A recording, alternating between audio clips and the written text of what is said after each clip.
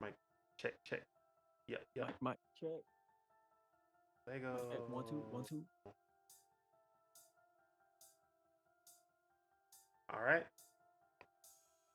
What it do, what it don't, what it is, and what it ain't. It's your boy, Don Otaku, aka Don Solo, aka Solo the Don, aka Solo D Swaggy, aka the Airbender. Because supposedly Libras are air signs from what I just heard. So I'm rocking the Airbenders today. Okay. And this is Dual-Wield Gaming Podcast, episode 6, Roku in Japan. Yeah, you better ain't know that, huh? I didn't even know that. And I have with me Subegels, aka Subeg, aka the Green Thumb, aka the Gaming Gardener, aka the new proud owner of a Steam Deck OLED. Yes, sir. New baby. My new toy, my new gadget that I tinker with. And last but not least, the co-host of this fine establishment. How you feeling, man? What you been up to? Oh man, I'm actually feeling good. I'm feeling good. I had a good night's of sleep last night. I woke up feeling refreshed.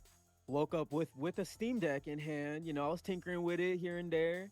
I've been streaming a little bit more. I streamed 2 days in a row, which is rare for me. But I'm feeling good, man. I'm feeling good. What about yourself? It's been busy. Been a very busy week.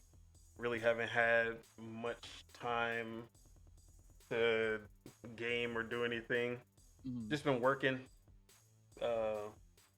nonstop. But it is what it is. Gotta make that money. Like that. Yes, sir. But yeah, man, what have you been playing? What have you been up to? Yeah. So I haven't been playing too much. Since I reviewed and did a video review and all that of Plucky Squire, I haven't been wanting to jump into a brand new single player game. So I have been leaning more towards multiplayer stuff lately. I hopped back into Helldivers 2 after the new update. I will say the new update absolutely improves the game. Like it's not like, how do I describe it? It's not like torture to play it anymore. Like the guns are all viable now. The snipers are viable. The shotguns are viable. The assault rifles, all the guns are viable. That's what's up. Yeah, it's not as hard as they made it. Like as they started like updating it, they made it harder and harder. That's what they kind of got me off the game. Not gonna lie. Yeah. No, it got a lot of people off the game, but this new update it fixes things. It buffed almost every weapon in the game. I think they also added another difficulty. They added a harder difficulty if people want that Sweatfest back. But so I've been playing Helldivers. Not gonna lie, it's creeping back up on my list, bro. It's kind of creeping back up there. It's such a fun game. Like there's no other game like it out right now. But okay, so there's Helldivers 2. Still waiting for the vehicles. Still haven't added vehicles to the game, which is really annoying. But I could have sworn that they did. No, the the model of the vehicles is like in the game files and shit, but they haven't officially put it in there. Oh, which okay. Yeah, but actually that was one of the first things that got leaked from the game was the That's why I thought it was already in there. yeah, we're still waiting for it. Wait, Starfield got vehicles before Helldivers 2? Yeah, that's wild. Yeah, it did. Oh yeah, so speaking of Starfield, that expansion's coming out in like a couple days. But another game that's gonna get put on the back burner. It's all good. But I want to play. So there's Helldivers. I jumped back into college football. I saw you streaming it. Yeah, I was streaming it last night. I was playing the 3v3 game mode on Ultimate Team with my boy Quentin and his boy Scotty Yachty, and we Gotti through won hottie. one. Scotty, we won one, and then we lost one. I'm gonna give my boy Quentin a little bit of grief right now. That motherfucker, every dude, anytime he makes a mistake, he will blame it on someone else. Like he overthrew the ball because I was running a route. He overthrew the ball. The defender picked it off, and the first thing he goes, he's like, "Bro, what the heck happened?" I'm like, "Bro, like you overthrew the ball. Like, of course he's gonna be." Anyways, shout out to my boy Quentin though. He's my homie. He's my day one, A1 since day one. But so I've been playing college football. I'm trying to rattle my brain. Oh, I played like a couple more levels of Astrobot. Not gonna lie, kind of cooling off of it. I still plan on beating it, but I'm kind of taking the approach of playing like a one or two levels like every day here and there type of thing. Because if it's I just play too not many, holding you. it's not holding me, bro. It's not grabbing me for some reason. I think it's because I kind of see through it. Because I see through like it's really trying to like pull at the nostalgia. You know what I'm saying? So I'm kind of seeing through it, but it's fun. It's a cool game. It's an interesting game. Definitely don't think it's game of the year material, at least yet. So I'm playing that. I'm thinking, what else have I played? I think that's really it. If I'm being honest, I haven't really played much else actually. Yeah, I tinkered with Helldivers on the Steam Deck. It runs relatively well. I have it at 45 FPS right now, so it's running in a 90 hertz container, but at 45 FPS. Um, Plays really well. So I'll say that, and yeah, that's pretty. Oh, actually, one more game. I have been playing a little bit of Deadlock. Okay. Still trying to figure out which character Hero syner. or Yeah, what which do they even character call them in synergize. that game? Yeah, I don't even know. I'm just gonna call them characters or heroes, but I'm still trying to figure out which one I synergize with. I found one, the archer character. I forgot the person's name, but I really like that one. And but yeah, I've been playing that. It's kind of like a MOBA mixed in with like a third person shooter with hero elements. It's a really cool game. But not I haven't played it too much, but it's fun though. I really like it. And the movement in that game is really fun. Like the movement is crazy. But that's it. That's all I've really been playing. What about yourself? Yeah, man. As for myself, I've been playing absolutely nothing. I've been playing the game of life. It is a terrible game, Mhm. broken, not fun at all. On hard Um, mode too. yeah. No, I'm just kidding. Yeah, I really haven't been playing shit. The last game that I played was some more Astrobot. Um, honestly, I've been I've been craving that game whenever I'm not playing it. Okay. So Astrobot still holding it down. Unlike you, sadly, it is in my game of the year Okay. contender list. Not that I want to admit that, but it is there. It's a good game. It's a good game. But yeah, I wish there was more I was playing, but tomorrow there will be something that I will be playing. Hmm. And that actually leads right into our first topic because we just got the reviews for The Legend of Zelda Echoes of Wisdom. And let me go ahead and pull up the Metacritic score. And right now, with 84 critic reviews, we are sitting at an 86 for the game. And this is actually a lot lower than I expected. Hmm. And that just might be the fanboy in me. But Yeah.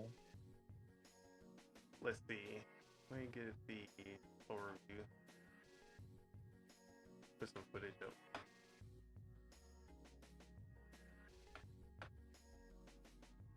But yeah, I was actually expecting this game to hit a lot higher, honestly.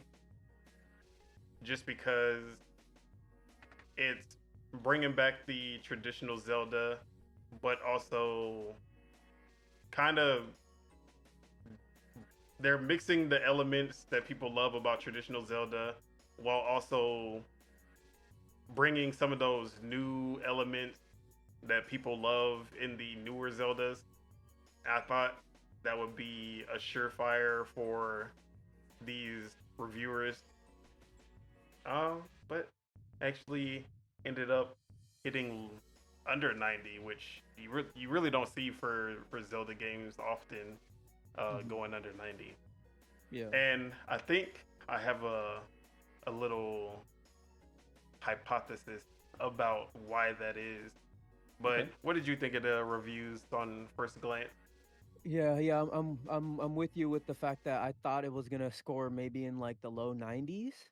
It is surprising seeing a Zelda game score in like the 80s, but it is a game that's trying a lot of new ideas and stuff, so that may be why. I didn't really read any of the reviews, so I don't know what people are griping about the game, but it is surprising though, but it's still great. 80, what is it? 86? Mm-hmm.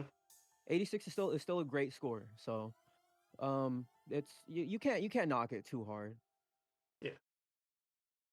So let me actually read some of these synopses, these Yeah, roundup on Metacritic real quick. go for it.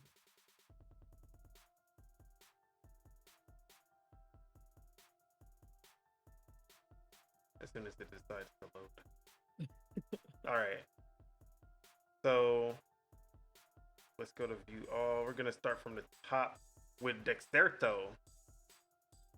So they say, while Breath of the Wild and Tears of the Kingdom successfully brought exciting new concepts to Nintendo's iconic series and helped revolutionize open world games, Echoes of Wisdom feels like a big step forward or for classic Zelda.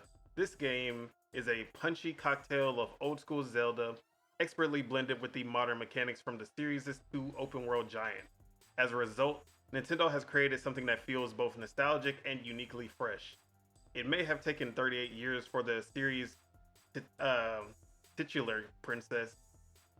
I don't know what I was about to say there. Titular princess to finally get her own game, but boy was it worth waiting for. Echoes of Wisdom not only demonstrates that Nintendo is capable of wowing Zelda fans, but it can breathe new life into the legendary series. I mean, did we not just get two games that just breathed life into the series? But I digress. Echoes of Wisdom is a resounding success, a masterclass in creativity, and a worthy debut title for the series' legendary princess. So, glowing Okay. review, What score did they give it? 10 out of 10. 10 out of 10. Okay. All right, let's go to IGN, who gave it a 9 out of 10. You know what's crazy? I fucking hate PC Mag. You don't like PC Mag? Bro, PC Mag, they're they're the they're on the level of Metro to me. Mm. They give scores to cause controversy, basically. Like they gave Aura History Untold like a 5 out of 10. PC Mag giving PC centric game a 5 out of 10 that basically replicates everything that Civilization is, Yeah. but does And a brand new IP too. yeah. But then they give Legend of Zelda a 9 out of 10. Like it is what it is. But PC Yeah. Mags are also the ones who gave Hi-Fi Rush a lower score because of Xbox's 2022. You remember that? So Yeah. yeah, we don't trust PC Mag. Yeah, what great journalistic integrity. That's crazy. All right, so here's IGN with a 9 out of 10. Let me bring it up on the screen. The Legend of Zelda Echoes of Wisdom is far more than some second tier spin off. combining the expertly crafted dungeons and item progression you'd expect from a 2D Zelda with the wild creativity provided by Tears of the Kingdom. That was short. Okay. That was just the outro? Yeah, that was just the outro. Wasn't Nice. like an actual. Like you didn't Let's give no see. description. GameSpot. GameSpot also gave it a 9 out of 10. Okay. If Zelda's debut in the spotlight is a one-off, at least it's a memorable adventure. But hopefully, this is the beginning of a new legend for the heroine. Echoes of Wisdom's brilliantly in Echoes of wait, they fucked up. Echoes of Wisdom brilliantly integrates Echo's systems links to Okay, let me read this in my head because whatever this sentence is killing me. Great. GameSpot's editors, y'all need to do a better job. No, this okay. It's not me. This sentence just makes no sense. Okay. Let's Wait, skip read that. it. Read it verbatim. Read All it right. verbatim. Let me hear Echoes of Wisdoms brilliantly integrate Echo's system links to eras. Yeah, no, that don't make no sense. You know what? That might have been AI. I ain't even gonna lie. Ooh, That they was wanna probably ChatGPT AI battle? right there. GameSpot, we on to you. We on to you. Because that was wild. Proving that the freeform mechanics of the new age can coexist with the franchise's classic formula. Don't mistake this for a spin-off or minor entry between big mainline games. The Legend of Zelda Echoes of Wisdom is a major moment that shouldn't be missed. Okay. So let's get to some of the more middling reviews. Here we go. Who do I? Okay, VGC. They gave it a 6 out of 10 or 3 out of 5 on their end. So they say, despite some ambitious ideas, beneath the surface, Echoes of Wisdom is surprisingly uneven Zelda adventure. Few of its headline mechanics are utilized to their potential, which means that while enjoyable and charming, it ultimately feels less essential than other modern 2D entries. And then Digital Trends gives it a 7 out of 10. Echoes of Wisdom's best parts are the ones that break away from what's expected. My favorite moments largely happen in Still World Rifts, where I need to carve my own path through twisted snippets of Hyrule's world using echoes. I'm attuned with Zelda most when I find a large gap I can't pass, but realize I can get to the other side by grabbing hold of a flying tile with my bind ability and following its path. In clever puzzle platform moments like that, I feel like I'm tapping into her third of the Triforce. I'm using her wisdom to meet any challenge that arises. I'm doing that by drawing on her connection to all things within her kingdom and communicating her eternal royalty through tangible play. Okay, that doesn't really give any negatives though. Yeah, he doesn't say any negatives. Who's that from? That's from VGC? Yeah, that was Digital Trends. Digital VGC Trends, okay. was the earlier one. Okay. There was the someone stuff between the else old and the that I new, saw see. that gave it a 6 out of 10, but I guess the review isn't on Meta.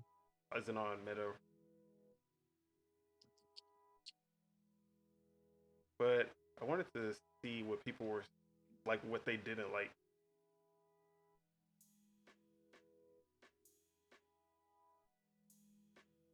I'll read. Let me just go in a little deeper into the video game. Was it The Chronicle. Guardian? Is that the one that you're talking about? No, I read Digital Trends, Oh, okay. which was 7 out of 10. Got it.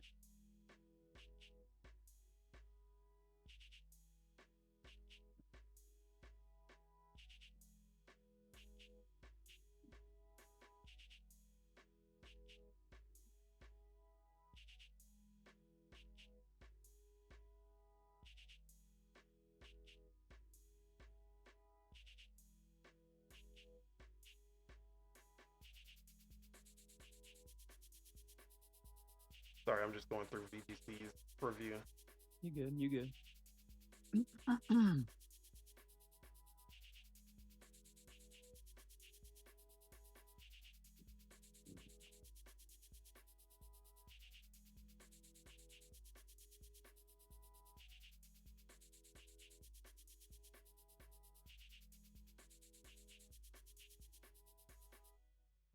Okay, so here's a snippet. However, this being a top down game, the spectrum of possibilities offered to players isn't at the level of a vast, systems driven 3D world like the recent Switch game. If players can tackle puzzles in multiple ways, it's more about deciding which echo you're going to light a lantern or cross a gap with, rather than building a monstrous custom machine to fly you directly to the final boss. The freedom is welcome, but like Breath of the Wild and Tears of the Kingdom, it will be down to your individual taste whether you find a well designed linear puzzle more satisfying or the feeling you get when you figured out how to skip an entire stretch of obstacles by riding on the back of a manifested flying floor tile. And then Hmm. combat is unfortunately, no pun intended, the weak link. Summoning enemies to fight on your behalf, while initially amusing, eventually wears thin. Weaker enemies like Zol or Keist are good for about one hit before they're defeated, and you have to summon more.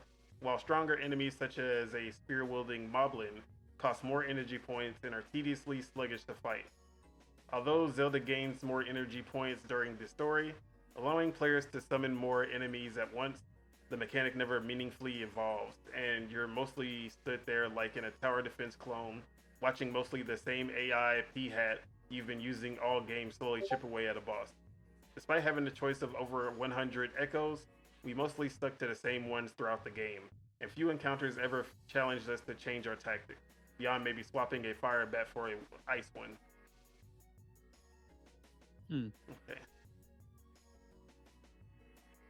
And then Okay. almost an acknowledgement of how dull combat with the AI minions can be. Very early on, the game actually adds the ability for Zelda to transform into a spirit version of Link, sword, bow, etc., known as Sword Fighter, allowing you to temporarily participate in combat just like a traditional Zelda game, for as long as the energy meter lasts. So we did see that in one of the recent trailers. Hmm. But yeah,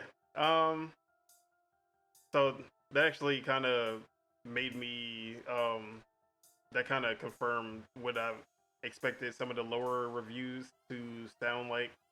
Hmm. Um, that basically the people who probably have the most issues with the game, um, just have an issue with the actual mechanics and the the whole like not being able to directly fight and using the echoes in battle instead. Um, which yes, that is, you can say that's a personal taste kind of thing, but at the same time, I mean, it's it's basically kind of just going off of because what they're what they wanted was what traditional Zelda was, Hmm. and rating it off of what it used like what the previous games were rather than on its own merit to an extent. Because I feel like if this was a new IP where this was that was the mechanic, like think of Pikmin, because that's kind of what this is. It's like you're playing Pikmin, because you're not directly fighting. You're using the echoes that you spawn, or in Pikmin, you're using the Pikmin to fight the battles for you. And if this wasn't a Zelda game, most people would look at the mechanic without even thinking of the not being able to directly fight thing, because that would just be the selling point. No one goes into Pikmin. You never see reviews like say, "Oh, well, I didn't like that I couldn't fight the battles myself." Yeah. No one has ever written a Pikmin review and said something like that. But since it is a Zelda game, there are certain there are certain things that you have inherent, like you have your inherent knowledge and your inherent bias of what you want in a Zelda game.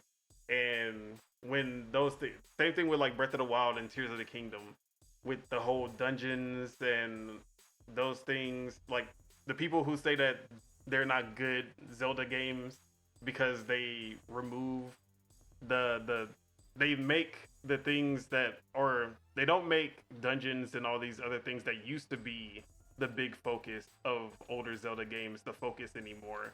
And they say that it's not a good Zelda game because of that, instead of just rating it on the merit of what the game is. Yeah, what the game presents.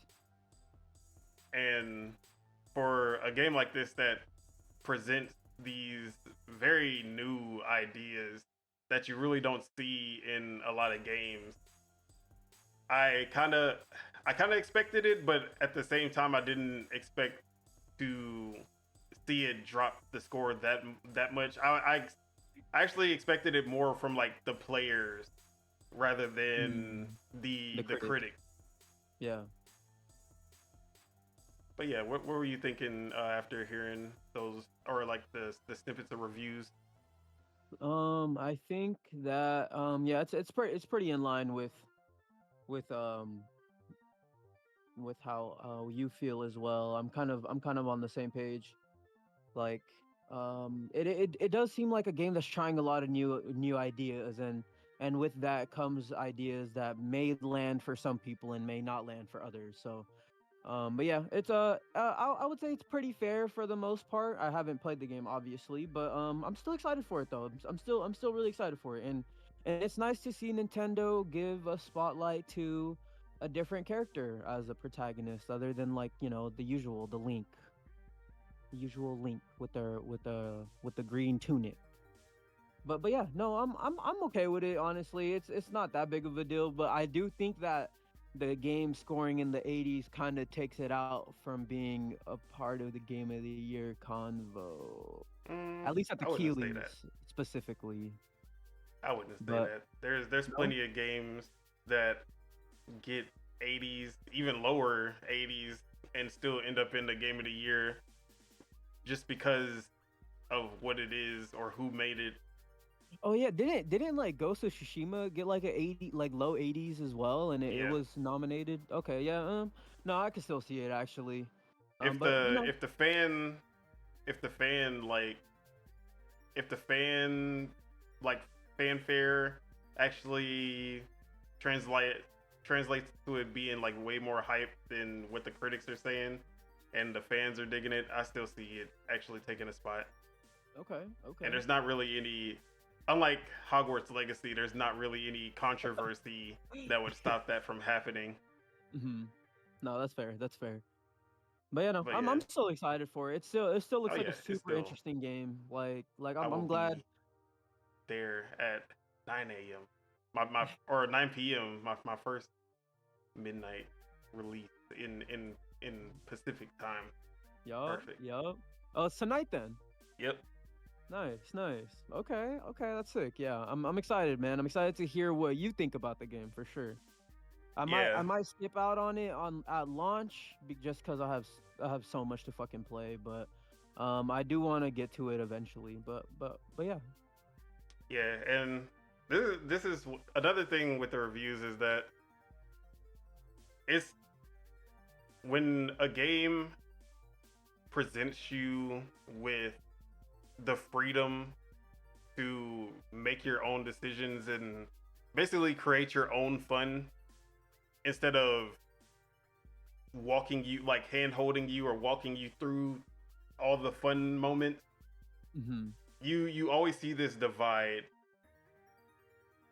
So games like it's the comparison. It's really like you like literally Astrobot, something that doesn't really have any new ideas. It just uses ideas that have worked in the past, and then it just guides you through the best hit to hit moments of the game. Whereas this game is the exact opposite, where it's a lot of new ideas, and you have to you have to basically create your own fun.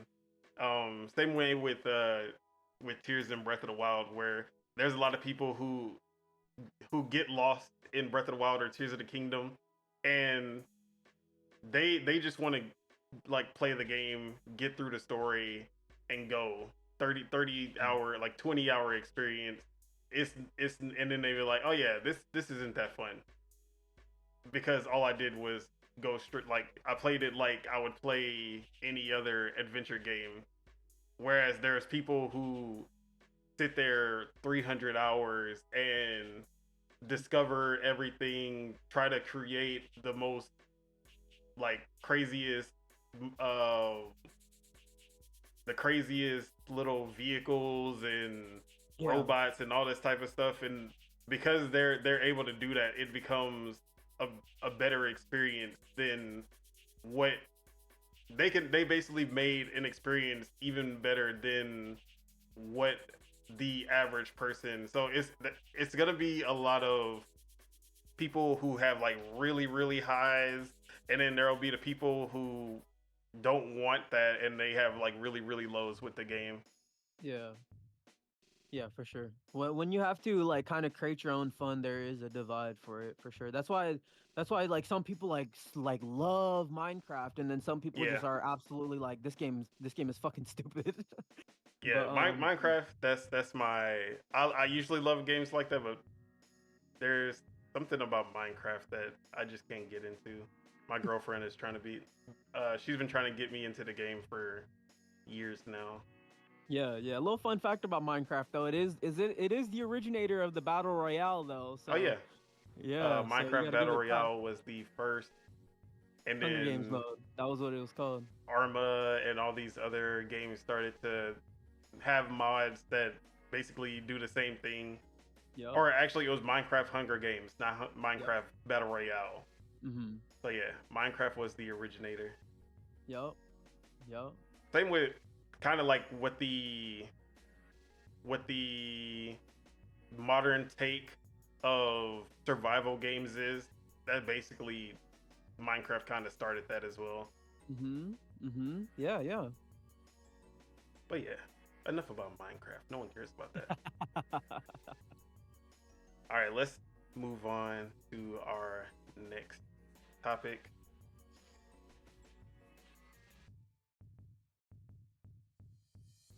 No, hold on, I lost my list. Oh, you good? You want me to say it? I was actually gonna try to save the next one. Okay, Okay. so we actually have a new Batman game in the work, supposedly, and it's from Rocksteady, the developers of the original Batman Arkham games. And a lot of people were excited about this, saying, "Oh, we're so back.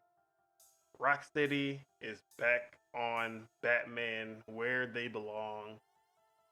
And the source of this comes from Special Nick, and this actually came about because the Game Awards tweeted out, "Name your dream game developer for the next Batman game." And Special Nick replied, "Not sure which studio people's dream is, but I heard Rocksteady are back making it. Also think Sony are trying to money hat it." Mm. So Special Nick, he's actually had a really good record lately. So I do give him some credence as far as credibility. So he's here in Hey, the. but he was the one to say about the Gears collection though. Oh yeah, he's still he been on that Gears collection forever, and then Yeah. Jess keeps saying I have not heard anything about no Gears collection, but Special Nick. Yeah. But yeah, sometimes every now and then you get a wrong one, or you get something so early that it is just you just put it out too early. Um, Kind of like Jeff Grubb and Tower Born, Mhm. to name a few. And even with Days Gone being at the State of Play. But he's still on that too. He's still saying like it's coming. Yeah, It's just, anyways, that's they that's a didn't want to side. have two remasters in the Well, same technically, well, presentation. I'll keep it. I'll keep it. There's more Yeah, than just the one remaster that they showed, but yeah, I'll save my thoughts. but yeah. So I'll let you go first. How do you feel? Rocksteady going back to Batman, tried and true. Yeah, it's, I don't know, man. I feel like for Rocksteady, this is probably it. If this game hits, then they'll probably still make games. But if this game doesn't hit, then they'll probably get shut down. The main creatives of Rocksteady are not there anymore. So the people that the main heads that shepherded the Arkham series, they're gone. So they're making something with Xbox, I believe, Yep, right? they started the Studio 100 Star and supposedly are working on a game with Xbox publishing it. Nice, nice. But yeah, so I'm hopeful that this game is good. Hopefully they go back to their roots. Hopefully they don't do no multiplayer live service things. But it is kind of annoying seeing that Sony is gonna money hat this because they already have the Marvel IPs, specifically the Spider-Man games and Wolverine. So it's kind of weird seeing them uh, kind of lock up the exclusives for Marvel properties and lock up exclusives for DC properties. I'm not really a big fan of that, but time will You tell. know what happened? Hmm. They saw the article about Xbox getting the 100 star, the original Rocksteady, and they're like, "Oh, for real? That's how y'all feel? Okay, we got something for y'all." Yeah, probably. I mean, Sony is definitely not a stranger to shady business practices. So, but yeah, only time will tell. It's definitely early. I don't expect this game to come out until maybe 2029, 2030ish. So it's gonna be a while away. But yeah, I'm excited. I love the Batman games. I even like Batman Arkham Origins. That game is also good. So Actually, never uh played it. you never play that one? That one has really good boss fights. That one has really good boss fights. But yeah, I'm excited for it. We'll see how it goes. Hopefully Rocksteady can right the ship and kind of pivot off of Suicide Squad. Are they still supporting that game? Um, I think the last thing that they did, that was the last. The last thing for The it? Mrs. Freeze, Miss Mm, Freeze, whatever her name was. yeah, yeah. I think that was the last of Okay. us. um, Yeah. but yeah, man. As for myself, all I gotta say on this, you fucking cowards. You fucking cowards, Rocksteady. You let you let you let the Suicide Squad, all the hate push you back to what you didn't want to be. You tried to do something new, and instead of doubling down and trying to do a better version of something new, you ran away with your tail tucked right back to to Massa, right back to Batman. He was like, we at least we always have Batman. If everything goes wrong, we got Batman. Fuck out of here. Anyways, I'm excited about this. Yeah, yeah. You think they're gonna try to like keep it with the Arkham style, or you think they're gonna try to shift it and maybe go a little bit more anime style, or like what is it, Batman Beyond or something like that? Like a little uh, bit more animated. I don't know what else they can do but go to Batman Beyond or something. Mm, See, what I wanted was for them to say, okay, Suicide Squad, nobody likes them, you know, okay, cool. We understand. We fucked up with the choice of the Suicide Squad. But we gonna take what we've learned from Suicide Squad and we're gonna apply it to a team that people actually love. and that's Teen Titan. Mm, okay. That's what we needed. We needed the Teen Titans game with the Suicide Squad amazing gameplay. Less numbers and blue and pink explosions and stuff. You know, just make it grounded, but keep those mechanics that y'all built with Suicide Squad. That's all they had to Mhm. do. Yeah. Choose a actual beloved characters, make the action more grounded, and then because honestly, the story, even like the way that they were able to weave the story, even in a multiplayer setting, a lot of games get that wrong. Like they don't do it right. Suicide Squad did it right. So I wanted them to build on that, and we'll never get that. But I'm always down for some more Batman. So I guess it's a win either way. It's just an L for my beloved co-op game. Yeah. Yeah. No, for sure. Even with Gotham Knights and everything too. Even though that wasn't made by Rockstar, but yeah, it's been Gotham Knights a is just bad. yeah, that game was pretty rough. But yeah, we'll see. I mean, there is a chance that they could potentially add some sort of multiplayer to it, but I think I kind of doubt it. But there's always a possibility. We'll see. We will see. All right, we can go ahead move on to the next topic.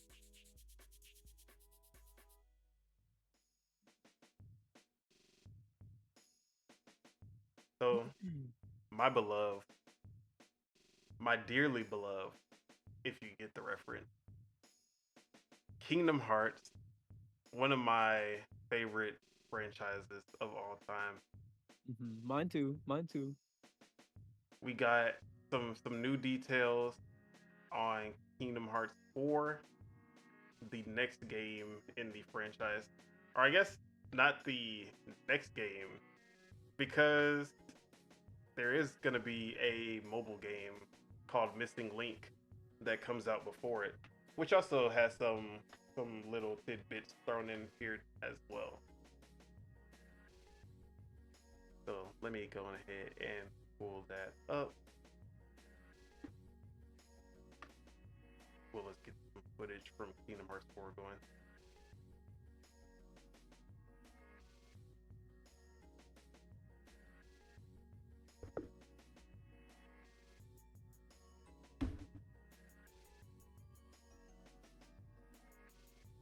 All right, so new Kingdom Hearts 4 details. This is coming from Culture Crave on Twitter. So the story is considered a reset of the series and will be easy for newcomers to jump in. The series will eventually conclude. This game is headed towards that. Sora's famous line from the first game, "Is any of this for real or not?" will be resolved, and the creator, Tetsuya Nomura, sometimes watches YouTube videos to remember old plot points and details when he forgets. Sounds like Oda from One Piece, because he's always forgetting things that happen after you do something for decades. Yeah. It gets like, especially something as convoluted as fucking Kingdom Hearts. Mhm. But there was another roundup from Tetsuya Nomura's interview that I wanted to find, because there were some details about Missing Link, as well as some more tidbits about where Kingdom Hearts 4 is going.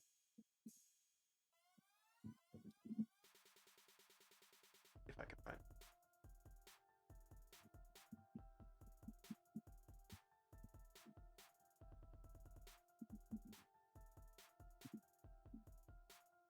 Damn, dude, my freaking boom arm keeps moving up. It does not want to.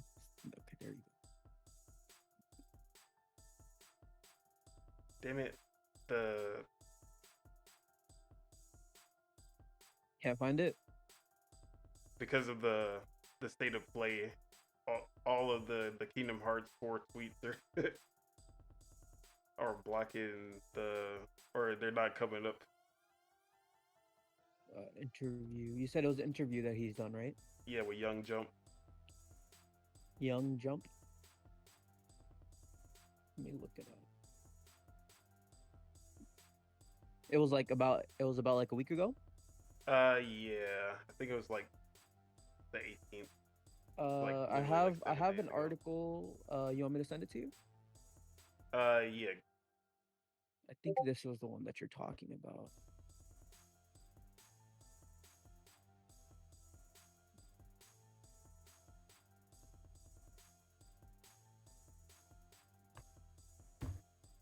I sent it to you through DM. All right.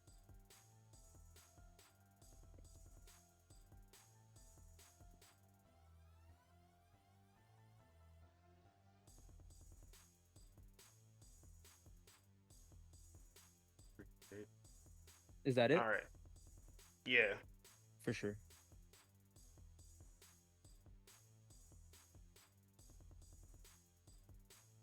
Okay, so here's the other stuff that I was missing. So Quadratum is the world where Kingdom Hearts 4 will take place. It isn't a one-to-one of real life Tokyo, but it's supposed to be based off of Tokyo, basically bringing Sora into the real world, which ties into some of the events of like the DLC and the last part of, or not the last part, but some of the parts of Kingdom Hearts 3 with Yozora, the video game character that was basically Noctis, or really he was Noctis from Final Fantasy Versus 13, and which somehow Kingdom Hearts 4 is kind of the revival of Nomura's Final Fantasy Versus 13 that he never got to release. Somehow he was Something able like to that, yeah. turn this into his, kind of bringing back his vision for Final Fantasy Versus, which is amazing. But yeah, so let me finish this. So it's described as feels like a dream and unreality in reality, which is more Nomura just words putting together and making no sense but making sense at the same time. We love Nomura for whatever the fuck he does. Mhm.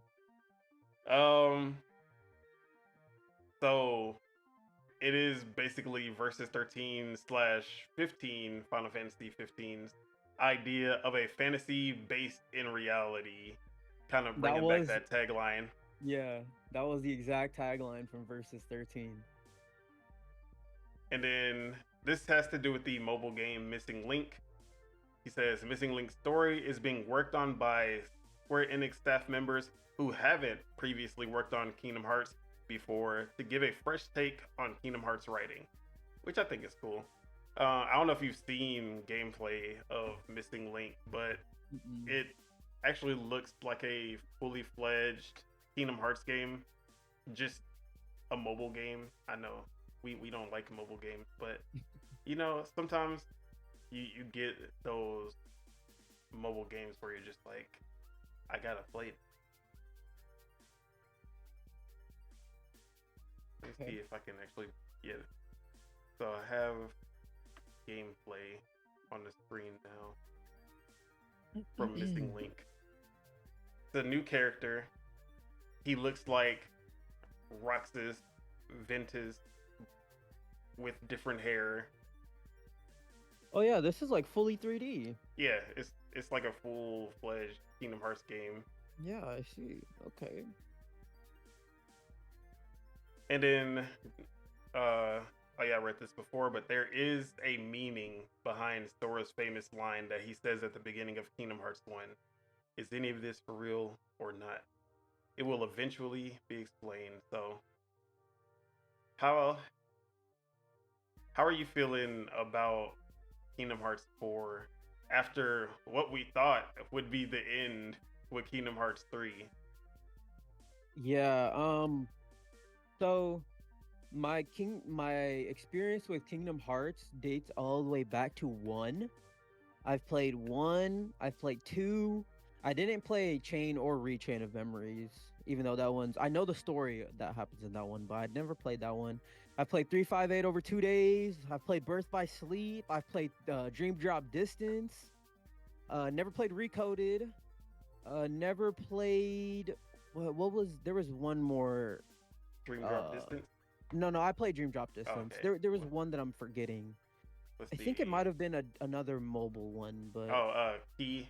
Kingdom yeah, Hearts Key, yeah, the mobile game. exactly. I haven't played that one. Then I played 3. Um, yeah, I think that Square Enix and Nomura kind of shoot themselves in the foot by revealing these games way too early. They still have not like bucked that trend because Kingdom Hearts 3 well, it technically wasn't revealed until I think 2016, but even then that's still 3 years out from that release date. So it's already been what, like 2 years since Kingdom Hearts 4 has been revealed or something like Yeah, that. It's already something been like 2 that. years, and I'm not expecting this game to come out next year. I think it's going to be a 2026 title. Probably. So there's that, but as with these points, with these new details, I was expecting it. I was expecting kind of like a reset because Kingdom Hearts, the story of it is very convoluted. And if you're watching this and you're trying to get into Kingdom Hearts, honestly, my what I recommend is to just try to turn your brain off. Don't think too much about what they're doing. Just kind of just go for the ride of each of the games. If you think too hard about it, then shit stops making sense. But and there is a lot of retcons in all the previous titles. But no, I'm excited for it. I've been a Kingdom Hearts boy since I grew up. I love the series, and I literally bought consoles for this series, so I'm Bruh, excited for it. the if there's any franchise that has sold the most useless hardware that you wouldn't have wanted if it wasn't for this one game, it would be fucking Kingdom Hearts. Exactly. You have to buy Exactly. every console, handheld, anything under the sun to play this Yeah. damn franchise. Well, back in the day, yeah. Yeah, Now now you can you just motherfuckers have it easy. yeah, it's on Even though Xbox. you don't get the chance to actually play some of the good games like 358 and a half. One of my favorite games, and you can't Yeah. play it. That pisses me off so much. Yeah. And the only No, it's one sad. with real multiplayer. It had multiplayer, huh?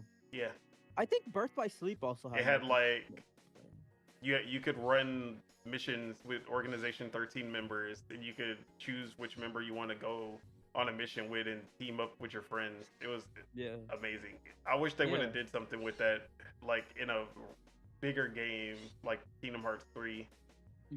Yeah. No, it is.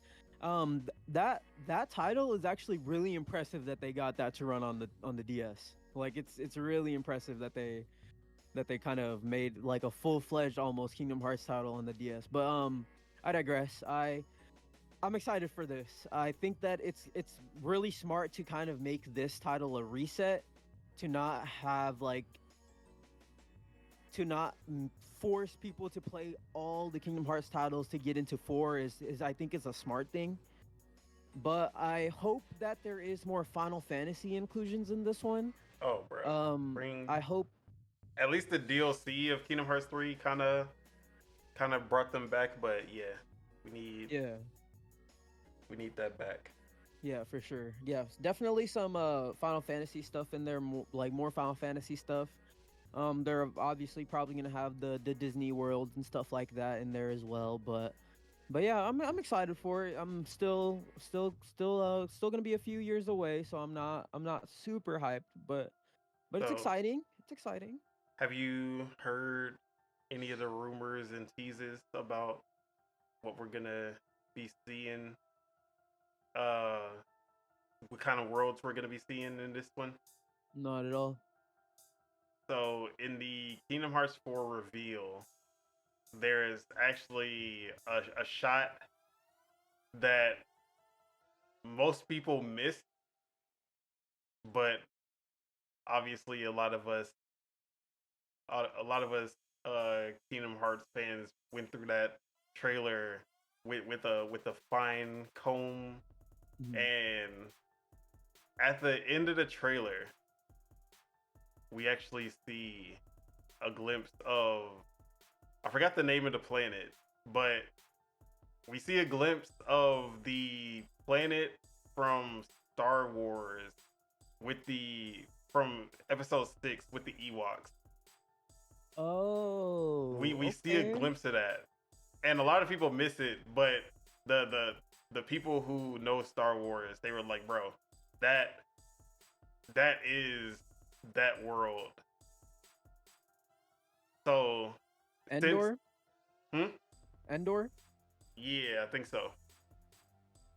So because this is gonna be based in reality, they're moving towards their live action Mm, franchises under Disney now. The okay. Star Wars, and obviously Marvel is another rumor that's gonna be a big part. So Hmm. Kingdom Hearts plus Star Wars and Marvel. How Okay. how would you feel if that's what we're getting? Yeah, that sounds pretty that sounds well I'm not that much of a Star Wars guy anymore, but that sounds cool though. I really like Hey, as the long as it's worlds. not episode. If they go to Ray, I'll fucking, oh man. If I have to go through episode 7 through 9 in Kingdom Hearts, I'm gonna be Yeah. pissed.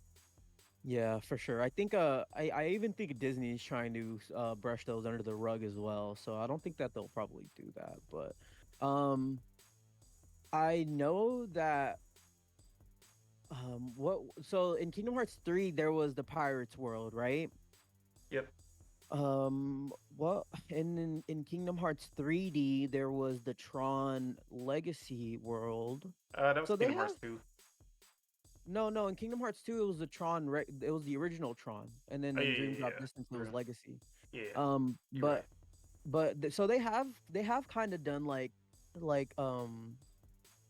the live action stuff, and Pirates of the Caribbean was also in Kingdom Hearts 2 as well. But no, that sounds cool. That sounds interesting. I think they can do some cool things in there. What would I like to see? What would you like to see actually for worlds? Like any specific ones? Inside Out. That would Inside be Out? dope. Okay. Okay. If we're going back to the Pixar. Yeah. I would like to see Treasure Planet. That'd be cool. Oh, bro, and Atlantis. Both of those. The fact Yeah, that they've yeah. been just acting like they don't exist. Yeah. But as far as I hope they don't go back to a Frozen world. I do not want to do that again. Hey man, That if it's Frozen 2, you don't want Frozen 2 world. I never watched Frozen 2 actually, Ah man, so Frozen is Two is it lit. is good? Okay, okay. No, I didn't. I don't hate Frozen. I just hated that like section of the The game in the movement. Kingdom Oh Hearts yeah, 3. in Kingdom Hearts 3, it was pretty bad. Not gonna It lie. was bad. And then they put you in like that dungeon that has like multiple fucking floors and shit like that. Yeah, that was kind of whack. But yeah, I mean, it's cool. It's exciting. I'm optimistic. I hope that honestly, I hope that Nomura does go full fucking like Final Fantasy versus 13 on this one. I want to see that. I want to see that happen. But yeah, But yeah, I'm just optimistic, I would say. I'm excited about this. I've played every single Kingdom Hearts game except for the mobile game.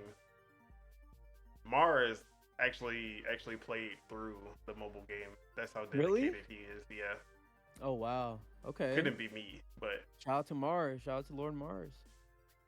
um, yeah, I'm really excited about this. Kingdom Hearts 3 was partially disappointing, and honestly, I would have been okay if that was the end. But if you're gonna give me more Kingdom Hearts, I'm not gonna look a gift horse in the mouth. In the mouth, Yep. I'll take it. Mhm. For sure.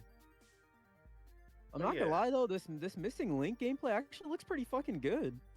exactly. That's why I'm excited about a mobile game. Yeah, it I'm doesn't look excited bad. about this new Kingdom Hearts. Sure. All right, let's. You know what's crazy? We went into the news, and I forgot that we were gonna do the other thing first. But Yeah, you it's know, okay. it Okay. works out. We Yeah. don't have too much news anyway, because Yeah. we're We're gonna already have a lot of on news next week though, probably. our last two topics. Sure. And one that I'm actually pretty bummed about is that Assassin's Creed Shadows has been delayed to February 14th, Valentine's Day 2025. This is a game I was actually looking pretty forward to as not only an Assassin's Creed fan, but an Assassin's Creed Odyssey fan, especially. And Assassin's Creed Odyssey is one of the best open world RPGs that I have played. Now, there are a lot of a lot of downsides to that game, and there's a lot of things I don't like, but there are even more things that make up for the things that I don't like about that game, and that's why I love it so much. Gameplay wise, it's my favorite in the Assassin's Creed franchise, and this game is made by the team that made Odyssey, which is why I was very excited about this.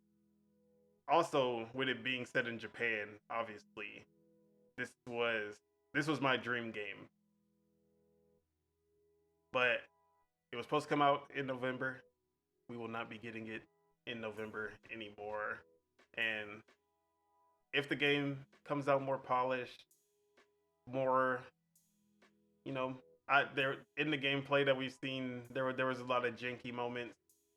So I can see why the delay, but I'm hoping that this delay results in a better game and it comes out as polished as you would want a game of this caliber to be. But yeah, how are you feeling about the delay?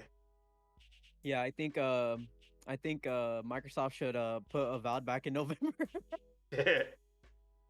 No, I'm just kidding. No, it is definitely disappointing. I was excited for it too. I love me my Japanese setting. So yeah, I've been hyped about this game, even though the conversation about it has definitely gone a little bit south. But I'm still excited. I'm still excited. I'm excited to see, especially because Assassin's Creed's parkour system is really good, and they let you pretty much climb anything, and not What's many that? games. Climb Pardon? climb anything, anywhere. You can climb anything anywhere. There's no set white paint that you have to put your hands on to be able to climb. Yeah, Oh, yeah. There's okay. no set path, which That's a lot crazy. of games can learn from, right? That's crazy. If only there was a lot of there's a lot of games that love to put climbing, but they don't want to evolve the climbing. Bastard.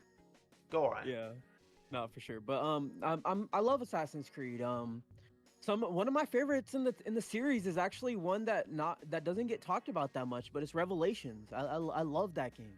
I never even Um, played it. you never played that game? Has a really really unique setting. I think it's Constantinople. Never But yeah, even heard of it. I I don't even love think that that's a real game. place. Well, it's not. But I think it is called something else in the real world, but I think in the game it was Constantinople. But yeah, I'm excited for Assassin's Creed Shadows. I've been on this game since it came out. I'm gonna get it. I usually buy every Assassin's Creed game. The only one that I ever skipped out on is not Unity, but the one after Unity. I forgot what Syndicate. it's called. Syndicate. Yeah. I have actually. They gave that game away for free on Ubisoft Connect, so I do have it, but I didn't pick it up when it came out. But for the most part, I do usually buy and play Assassin's Creed games. And yeah, this is like their A team, right? Yep. It's like their best Assassin's Creed team making this one. So yeah, I think it's gonna be good. I think it's gonna be good, but only time will tell. It is upsetting that it's getting delayed into February. February is pretty packed next year. But yeah, I mean, delays. You can't be that upset because if the dev needs more time, then they need more time. But this delay did actually bring some other news into the light because it seems that this delay is not only about making the game better, but that there seems to be some turmoil going on at Ubisoft. Mm. And let me actually start with a letter from Eves. Ease Gimo. Look, I'm glad you said it because I was not about to say that right. The wee wee.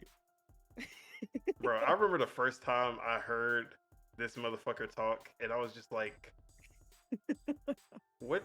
What's, is this a joke? Yeah. Yeah, he does have a really interesting, like, it's like a high pitched voice. Yeah, I was he does like, have he does I have was an like, is interesting. he doing this on purpose? Is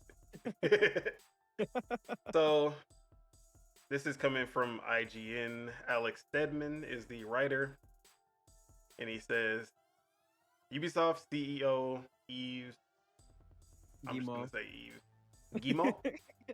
I think it's Gimo. Yeah, Guillemot. Okay. Gimo. Yeah, yeah. So he says our goal is not to push any specific agenda. He addressed some polarized comments around Ubisoft lately in a note to investors. So Ubisoft CEO Yves Guillemot acknowledged that the company's second quarter fell short of expectations and vowed to launch a review aimed at further improving our execution. Let me pull this up on the screen so I can actually read. But Guillemot also addressed some of the cultural conversations happening around the company lately, which have intensified around Star Wars Outlaws and the upcoming Assassin's Creed Shadows, which was just delayed to February 2025. We remain committed to creating games for fans and players that everyone can enjoy. Finally, let me address some of the polarized comments around Ubisoft lately. I want to reaffirm that we are an entertainment first company creating games for the broadest possible audience, and our goal is not to push any specific agenda. We remain committed to creating games for fans and players that everyone can enjoy. Otherwise, Guillemot stated an emphasis on a player centric, gameplay first approach. That's what I like to hear. While focusing on two key verticals: open world adventure and gas native experiences, games as a service. Hmm. Which, yeah, that sounds like Ubisoft. Open world games and games as a service. Yeah. So this was a statement that came out, but that was not the only piece of news because Insider Gaming actually had an article that they put out. And this is coming from Tom Henderson. He says Ubisoft's board is launching an investigation into the company struggles. It has been announced that Ubisoft's executive committee and board of directors will launch an investigation and review of the company. The news came via a company financial statement and update, which included the delay of Assassin's Creed Shadows and the announcement that Star Wars Outlaws underperformed. In the light of recent challenges, we acknowledge the need for greater efficiency while delighting players. As a result, beyond the first important short-term actions undertaken, the executive committee, under the supervision of the board of directors, is launching a review aimed at further improving our execution, notably in this player-centric approach and accelerating our strategic path towards a higher performing model to the benefit of our stakeholders and shareholders. Finally, let me address some of the. Oh no, this was actually part of that Guillemot statement. So, at the time of writing, Ubisoft stock has decreased to $11.40 or 11.42 euros, and has drastically fallen these past few months. Last month, Insider Gaming reported that XDefiant was at risk of losing its much-needed post-launch support after dwindling the player numbers and following the release of a mild Star Wars Outlaws launch. Ubisoft's stock price fell to a new 10-year low. Speaking with current and former Ubisoft employees, I am told that the move was inevitable and the writing was on the wall, as many Ubisoft studios have been struggling due to poor management. While I have reported on some of these issues in the past, Insider Gaming will have a more in-depth report in the coming days or weeks. So it looks like Ubisoft is in trouble. It looks like they underperformed on a big Star Wars IP game, which I've seen a lot of kind of more uplifting takes on Star Wars Outlaws from people who have played it, where they're saying if you look past the jank, there's actually a really amazing game there. Jeff Grubb, which I know for a fact that he despises Ubisoft games, he was defending Star Wars Outlaws. So that actually had me more excited to pick it up, which I was actually planning to pick it up, but there was so much going on that I didn't. But yeah, it was actually a pretty cool thing to see a lot of people actually coming out and trying to like get people to be like, there's no way this game should have underperformed. It was actually really good. But sadly, some games just hit at the wrong time, or it had some bad yeah, and then the bad faith. Yeah, and it was even like something like people's saves were getting corrupted or something when they bought like the early access version of the game. So it wasn't a stable game at launch either. So yeah, I understand how it could underperform with everything that was going on. There was a lot going against it at launch. But yeah, even past that, it just seems that we've just been seeing Ubisoft in general go down, especially in stocks.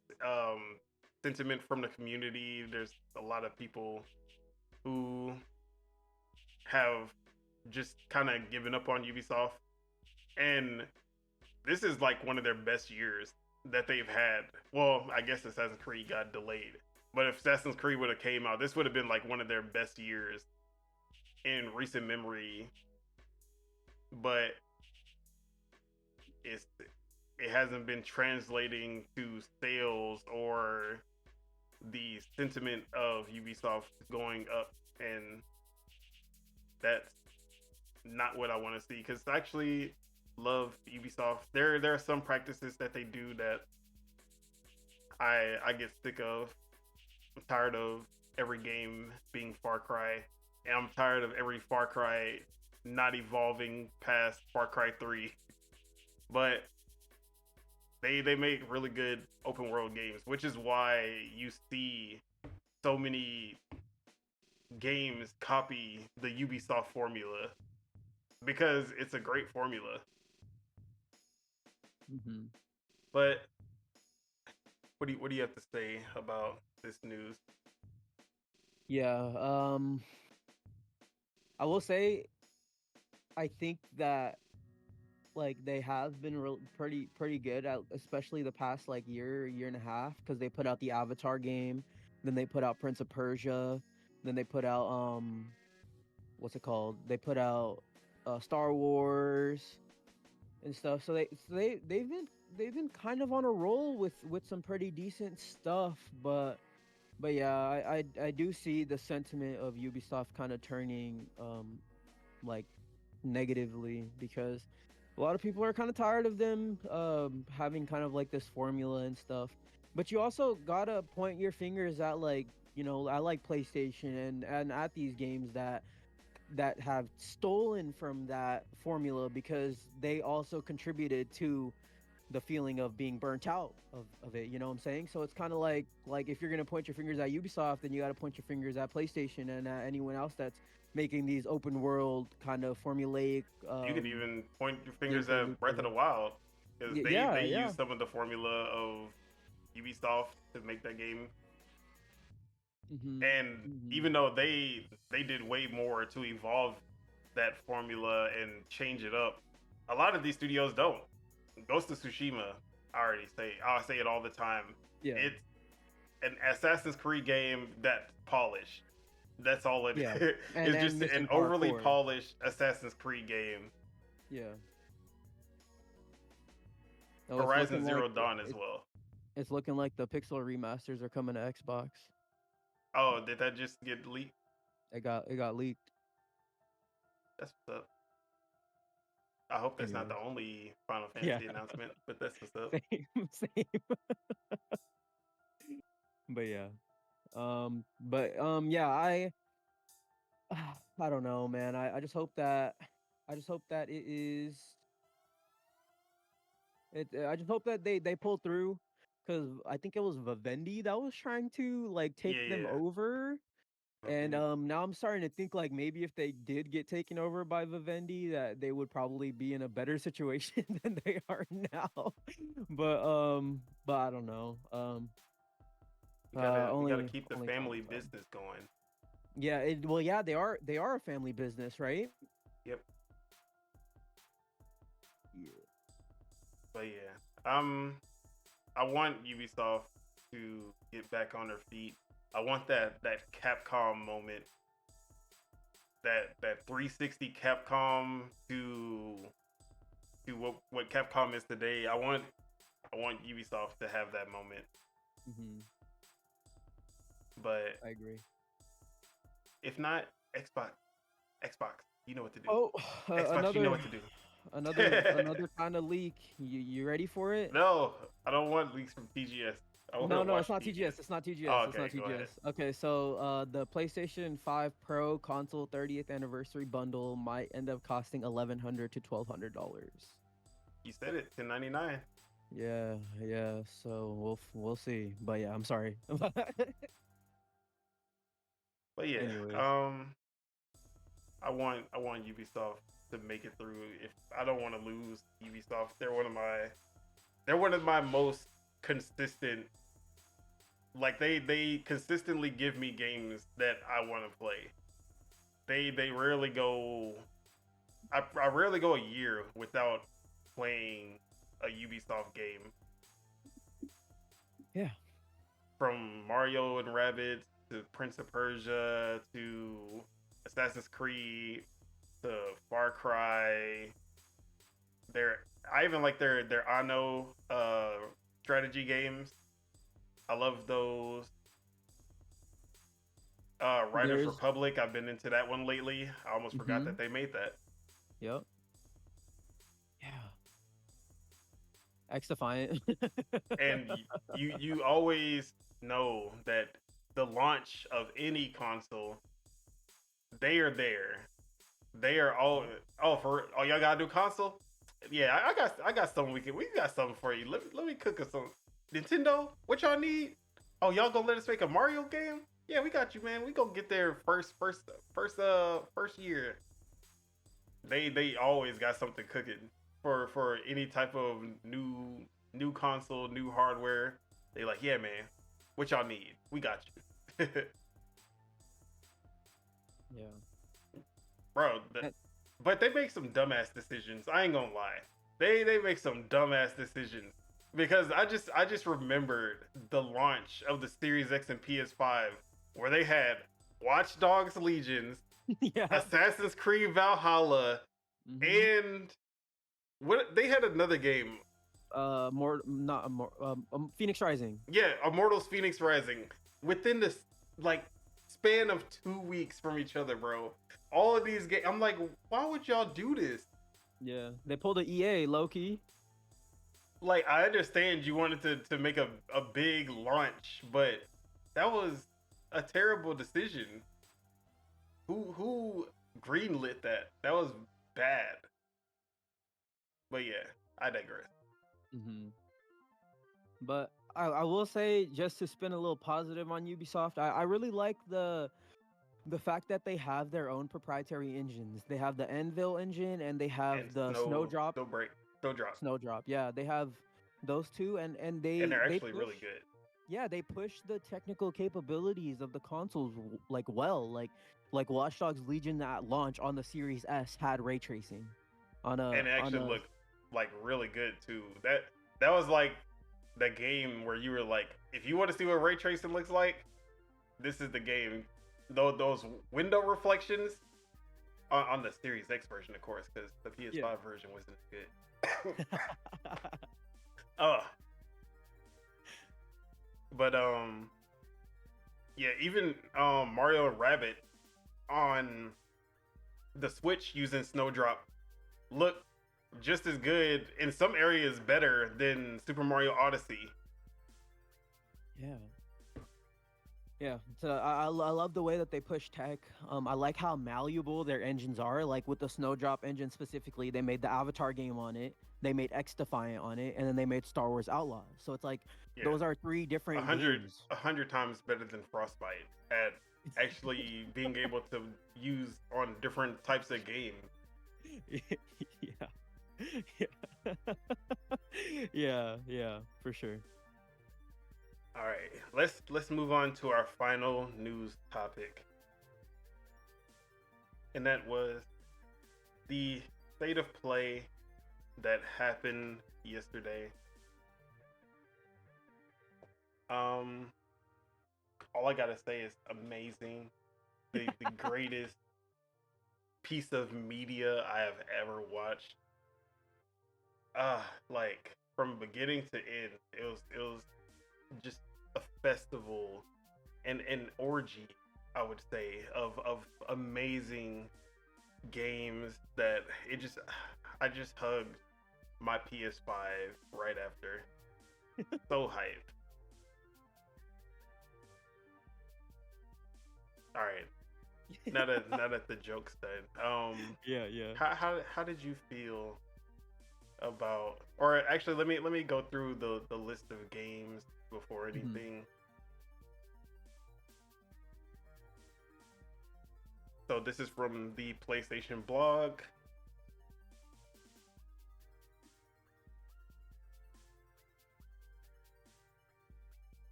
Oh my god.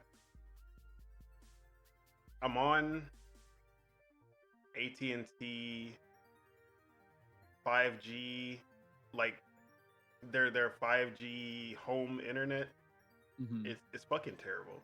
The only reason I got it is because it was the only internet I could get fast enough cuz I had to work when I moved here. So Mhm. I got it just so I'd have internet. And I was like, Mm. if it's good, I'll stick with it. Um the speeds are actually pretty amazing. but the stability of it is fucking terrible. And like my streams don't drop frames at all, which is actually pretty good. But when Yeah. I'm doing anything else, when I'm using my work computer and I'm in a Zoom call, they're like cutting out, I'm cutting out. Whenever you're loading something, even though the speeds are hitting like 900 megabits per second, it still loads everything so slow. I don't understand how that works, but There's no Xfinity out there? there is. I wanted to avoid Xfinity. I really wanted fiber, Yeah, and there's Google. there's Everyone wants fiber. there's a company out here called Quantum Fiber, Okay. and they offered 940 megabit per second uh, fiber internet for $35 a month. Ooh. For like they were having a special $35 a month. You're locked in for life, Okay. and the modem is included and everything. Mhm. 30, and they actually give you one hotspot, like one not hotspot but extender on Okay. top of that. $35 a month. I was like, this is Yeah. too good to be true. So I was like, hell yeah, this is, I got the AT&T, but I'm gonna switch to this. They came out here. They were like, yeah, your apartment's not getting fiber. It's Ah, Jover, and I was like, damn. fuck.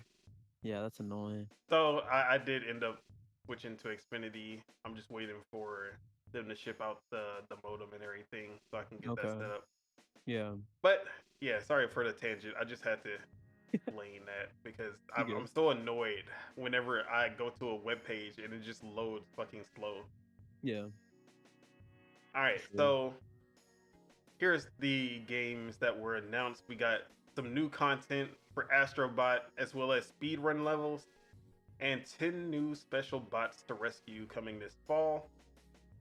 Horizon Zero Dawn Remastered coming October 31st on PS5 and PC.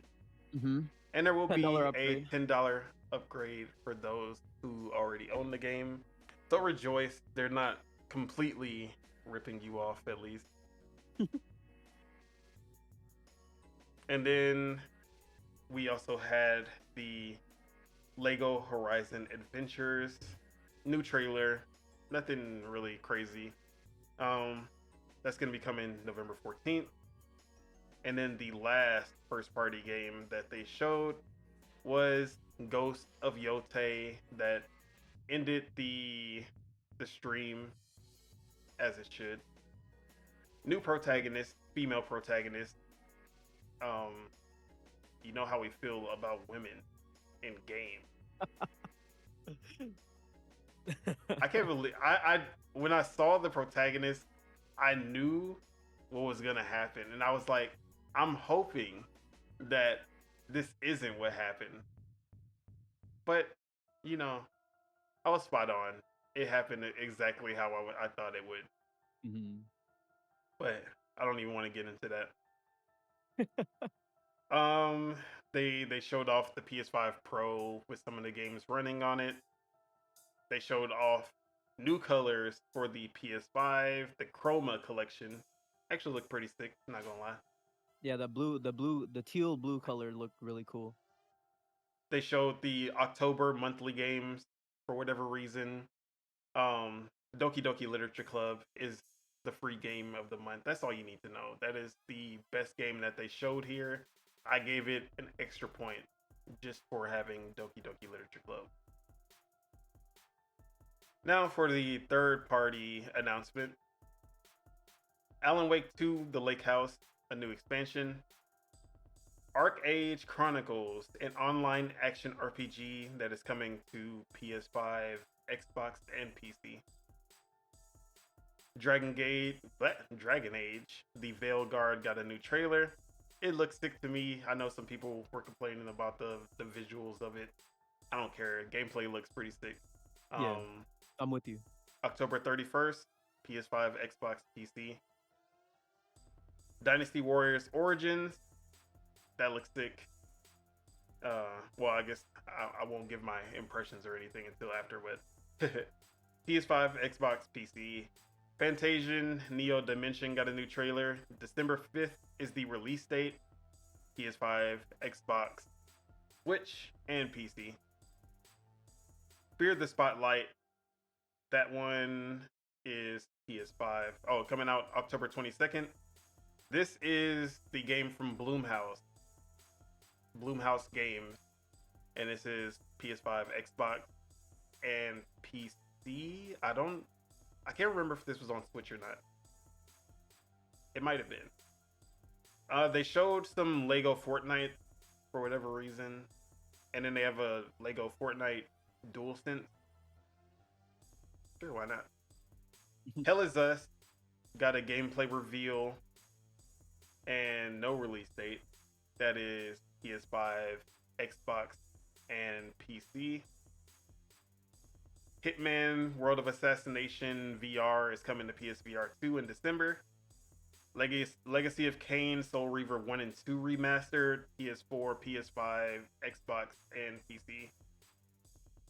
And I think Switch as well.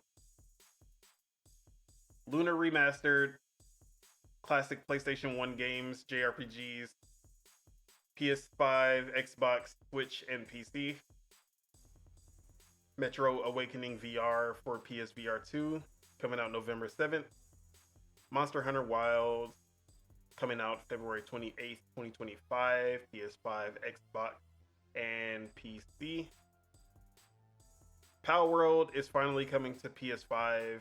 Sorry, King, the lawsuit didn't come in time. They were able to get it out, but it was delayed in Japan, so I guess a little bit of what King said came to fruition, just not the full release. B2 from Nier Automata is coming to Stellar Blade. Put 2B in literally everything. She is the greatest designed female character in recent years. Midnight Walk. This is a new game from Moonhood, who is the creators of Lost in Random, and their game is actually a PS5 and PSVR 2 exclusive.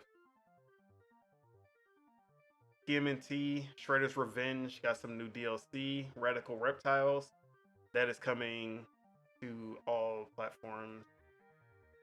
Sonic's almost threw up just saying it. Sonic X Shadow Generations coming December 12th with a DLC tie-in featuring Keanu Reeves as Shadow. Basically have some movie collaboration because they know that the movie is the best thing that ever happened to the Sonic franchise. And that's coming to all platforms as well. Towers of Agazba.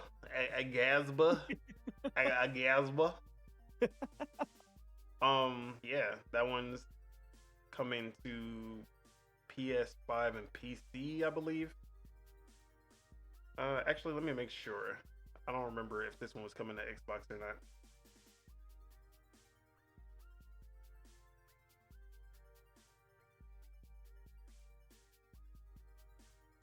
No, so this one is just PS5 and PC. And it's launching in early access on PS5 this November. No. Just a little tidbit real quick. You remember when Power World came out on Xbox, and everyone was like, the only reason that Power World isn't on PlayStation is because they don't do early access. They want the full game, or they're not putting it on. What the fuck is this then? What the fuck is this? It looks like early access to me. But you know, they don't do early access. But yeah, that was on PlayStation blog. That was the list of all the games from the show. I'm actually showing the PlayStation State of Play on the screen now. We actually did, or Project Untitled, the crew, they did a reaction. I was in the chat, but I couldn't make it, so they did the stream for me and they reacted. I came in at the end though to talk my shit. But make sure y'all check that out. So, Absolutely. how did you feel about this state of play? Yeah, I was kind of getting bored watching it. I'm not gonna lie. I did delay my gym session to watch the state of play yesterday, so I kind of regret doing that because I ended up going to the gym at like 5, which is peak times. Couldn't find shit at the gym, so that kind of pissed me off. But because when you go to the gym on peak times, you have to kind of wait for everything. Like you have to wait for your bench to open. You got to wait for your like the racks to open. You got to wait for the machines to be available and stuff. Uh, kind of was annoyed, kind of annoyed, and I also I called my boy Alejandro. He's a huge Ghost of Tsushima fan. Like, cause I put him on that game and he loves that game. And I called him to tell him like hey yo, did you see Ghost got a sequel announced? And he's like, no way. And then like I told him I was like watch the trailer, like I want to hear your reactions like on spot. Did he watch the trailer? And he was like, bro, that didn't show a shit. Of course. Yeah, and I told him to rate his like rating on a 1 to 10, like how excited he was after watching that trailer, and he said he was sitting at a 4 out of 10. So that trailer didn't do anything for him, and he's a huge Ghost of Tsushima fan. But as far as the state of play, uh. it was mid. I'm sorry to say it. And if anyone's in the comments asking me how I think that it should be like how I wish it would have been better, I have no answer for you. That is for PlayStation to figure out. But I don't think it was that great of a showcase. I think they showed a lot of like interesting stuff.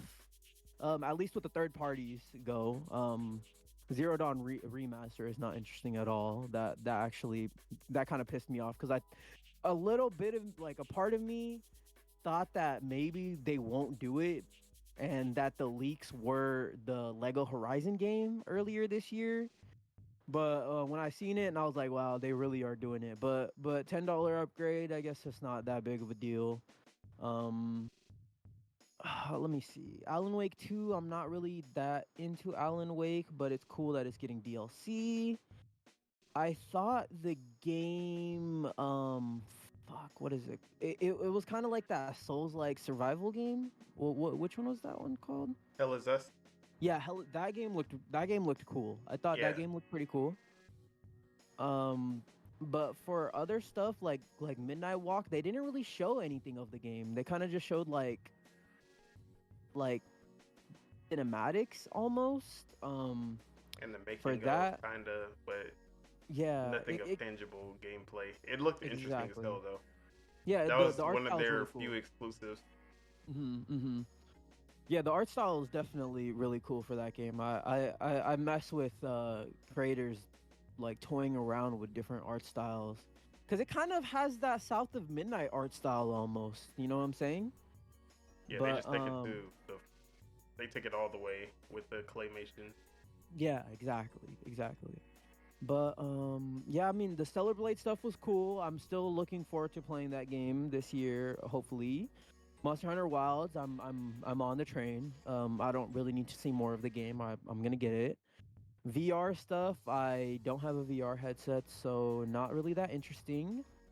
Legacy of Kain, I am actually interested in it because I've never played those games, and I know that's where Amy Hennig kind of like made her start as like a writer and stuff like that. But She actually had to make games with gameplay. yeah, I'm happy that they showed a little bit more of Fantasian because that game was stuck on iPhones or Apple Arcade for a very long time, so it's cool that that's coming out. And Dragon Age, I wasn't that high on the gameplay they showed, not gonna lie, but I am excited for the game because I think that they took a lot of inspiration from Final Fantasy Remake's combat system, and they kind of try to tie it into their own stuff that they're doing. And I could see like the character designs not being that pleasing. They do kind of look like they kind of remind me of the Mass Effect Andromeda character designs. Not gonna lie, they kind of look like that. They don't look as bad as Andromeda did, but um yeah. And then of course Ghost of Yotai. I'm gonna be there day one. I'm not gonna lie, that trailer didn't really excite me that much, and to be honest, I don't think that they're going to what am I trying to say? I don't think that they're going to make the traversal any different from Ghost of Tsushima. Like That's the I don't only think thing that's gonna get me. yeah, like I don't think that they're gonna have like that in-depth traversal, which I thought that they would do, kind of like a parkour system. But I also was upset that they moved away from Jin. I don't think his story is finished, but no, you're not upset at that? I hated Jin Sakai. Oh no. I don't But think he either was that way, good of a character. He was very bland. okay. That's fair. That's fair. I think I think the first game did a really interesting job at kind of like towing between being like a ninja and being a samurai. I think the story did a really interesting like it was cool in the way that they tied him starting off as a samurai and then using like dirty ninja tactics and like kind of put that into the story. But no, I'm excited for it. I'm gonna be there day one. I love Sucker Punch. I'm a huge Sucker Punch fanboy, and I love Ghost of Tsushima. I hope that they land this one. There is in my mind potential for it to be delayed, but time will tell. We'll see. But yeah, and I'm not gonna lie, I wasn't that impressed with the graphics of the game. It kind of looked worse than Tsushima to me, just graphically. But that's all I really have to say. I'm kind of like I'm kind of like on a 5, 6 out of 10 rating for it. I think that it's cool that they showed a lot of different games. I definitely like the variety that they showed because they didn't just show off the same stuff. Definitely am docking down points for showing a bunch of third party stuff and Horizon Zero Dawn remastered for sure. But yeah, I'm kind of 50-50 on it right now. Okay. As for myself, uh, it's definitely a 5.5 out of 10. Um, yeah, 5.5 out of 10. What do you think? What do you think they could have done to make it better? So the only thing that's gonna tip the scale for me as far as a PlayStation showcase is showing exclusive games that I can only play on my PlayStation, because that's the only thing that's gonna get me to turn on my PlayStation. Mm-hmm. No multiplat will ever get played on PS5 unless there's something like they have to do something drastic to make me choose to play the PS5 version. Mm-hmm. So, as someone who PS5 is not my main console, there's when you show nothing but multiplat, and then your first party offering is Lego Horizon Zero Dawn Remastered, the new content for Astrobot, hype. I'll definitely play that. But then Ghost of Yote, which you already know, I'm iffy on Ghost of Tsushima already. They have to do some drastic improvements from the first game to make me want to play Ghost of Yote. So that being the that being the lineup for their first party, Midnight Walk, that does seem interesting. It's something I would probably want to play on PS5. I need to see more of it, but at the very least, it did catch my interest. So those being the only exclusive game throughout the whole presentation, Mm-hmm. that's basically all I can base the show on. So that's really the only thing that can make it better is that you have more and more enticing exclusive games. Because with Xbox, they can put on a multi-plat heavy show as long as most of those games are coming to Game Pass. They have something that incentivizes there being multi-plat. Because if they say, yeah, 80% of the games we show are coming to Game Pass that are multi-plat, I'm gonna be like, okay, sure. I love I'm gonna have more interest in these games.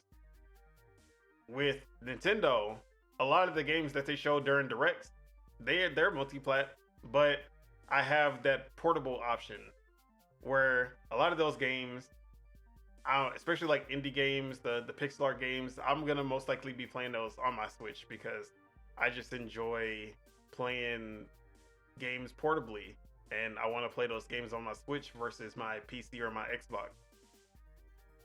So there's incentives for games that multiplayer games on the Nintendo Directs, and there's incentives for multiplayer games on Xbox. There are really no incentives for me for multiplayer games at a PS5 show. So, with that being said, I'm also just tired of seeing certain games that we've seen so many times. I hate seeing them just rehash like they're big games. And if this was like a Jeff Keighley show, I'd be like, "Oh yeah, this is hype." But I'm really only here to see games I can only play here. So this is like the fifth, sixth time we've seen fucking Monster Hunter. I'm tired of seeing Monster Hunter. Yeah. We've seen the Dynasty Warriors game like 3 times so far as well.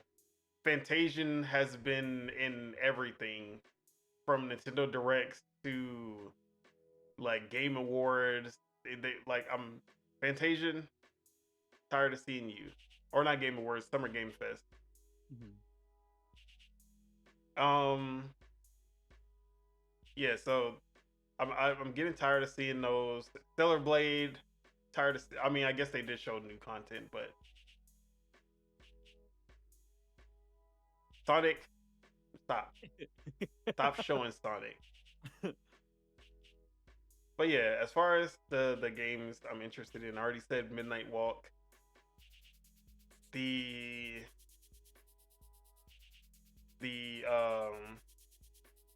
Hell Is Us. That's the first time I've seen gameplay for that game. It looked pretty fucking sick. I was actually like, oh shit, this is. First, I was like, is this Death Stranding 2? But they turned it into a Souls game. God damn it, they got me. But then when I actually saw, I was like, oh okay, this is a completely different game. And then I was like, okay, if this is a PS5 exclusive, this is gonna be my next like PS5 game I'm looking forward to. But no, it's coming everywhere. So yeah, it same with Arcade Chronicles. That game looked pretty good. I know Arcade is a series that has existed on PC for a while. I think they probably have it on console as well. But I know I was like Arcade. Why does that sound familiar? I think it's like an MMO. So I don't know if this is a more like a is this a new MMO or they say online action RPG. I know there was like co-op. But I didn't know if they were going for like a smaller Monster Hunter approach or a full MMO scale. But it looked good. I was pretty. I like that trailer a lot. But yeah, as far as Ghost of Yotei, I mean it looked good graphically. I didn't really have any issues with the graphics of it, but they didn't show anything that would make me, someone who didn't really care for Ghost of Tsushima, that would get me hyped for this game. So yeah, Mhm. 5.5 out of 10. There was not too much for me. If Ghost of Yote wasn't there, it'd be much lower. It'd be like 3 out of 10. Mhm. But just seeing a big first party game finally get announced, I was like, okay, I'll give y'all that. Mhm. Yeah. Yeah. I'm glad that they kind of unveiled something at least. What do you think is gonna be what do you I'm sorry. What do you think is gonna be next for PlayStation Studios after Ghost? Like what team do you think is up next? Fair games, let's go. Fair Games. What about single player wise? Oh shit. Um, I would I would think it would be so Sucker Punches is finally. You would think it would be. Let's see, who hasn't went for a while. I Who haven't think we got this generation yet? so we haven't gotten another Blue Point title. Oh, I mean, We haven't gotten well, we still haven't gotten a Ben title. We still haven't gotten um anything from Naughty Dog. We yeah, still we're not haven't seeing gotten anything for a while. yeah, we're probably not going to see anything from them. There was one team that I forgot. They Housemark. We haven't seen anything from Housemark in a minute. I mean, that was 2021, and they were still updating the game up in 2022. I That don't is expect true. anything too soon. Mhm. Uh, What you think? a Who's up new next? a new Gran Turismo. I don't fucking know. How long does it usually take them to put out a game? I know they put out only GT Sport last generation, Yeah, they which was usually rare, but since the PS3 gen. Well, PS3 they put out two Gran Turismos. They yeah. put out 5 and 6. PS4 they only put out one, and then the PS5 generation they only put out one. But the Gran Turismo 7 is also on PS4, so I think that they might put out a PS5 only one. That could be possible, but I think GT7 came out in 2022, so it's relatively recent. So we're gonna see Media Molecule. Okay. Okay. Actually, all right, I'm gonna give you definitive who is the next studio to drop for PlayStation. Like this is 100% accurate, and I'll bet money on it. Okay. It's gonna be San Diego Studio with This MLB The guy. Show. That'll come out before Ghosts, probably. Exactly. Okay. Okay. No, that's fair. That's fair. I'll accept Um, it. I'll accept it. yeah. It's I have the list of first party teams. You yeah. want me I to got tell it right you? here. It's Okay. gonna be. It has to be Media Molecule or Haven. Naughty Dog. They're not dropping for another year or two. Santa Monica. I don't think so. I don't think we're getting that new game from them. Uh, for another year or two. Wait. Haven's title isn't Fair Games, right? Or it It is? is. It is Fair Games. Okay, Yeah, got it. Jade Raymond. Got it. Got it. Okay. Those are only two I can think of. Neon Koi, they had a lot of issues before we even saw or even know what their game is. They were having issues. Hmm. But Yeah, yeah, I'm kind of on Blue Point right now. I think they're maybe gonna be up maybe a there. Fire Sprite VR game. Okay. Okay. Blue Point, I don't have any faith in anything that they're doing. Nah. It's already been 4 years since Demon Souls remake. Yeah, supposedly they're working on their own game. I don't think they're up Yeah. to it. Hmm. Okay. Okay. That's fair. That's fair.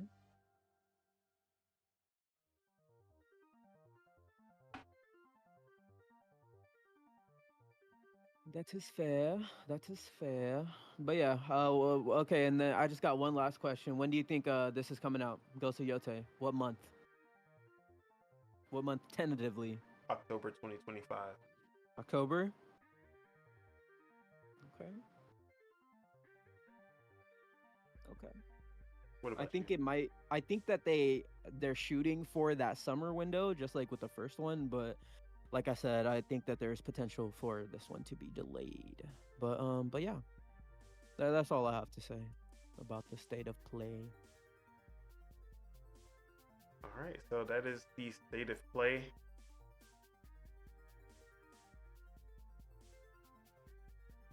So now for our final little topic, we're actually gonna continue where we left off last week with our top five.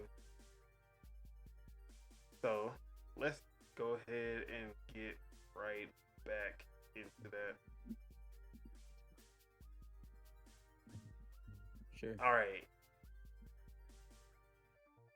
What are your top five gaming quotables or quotes Quotes. that always stick with you?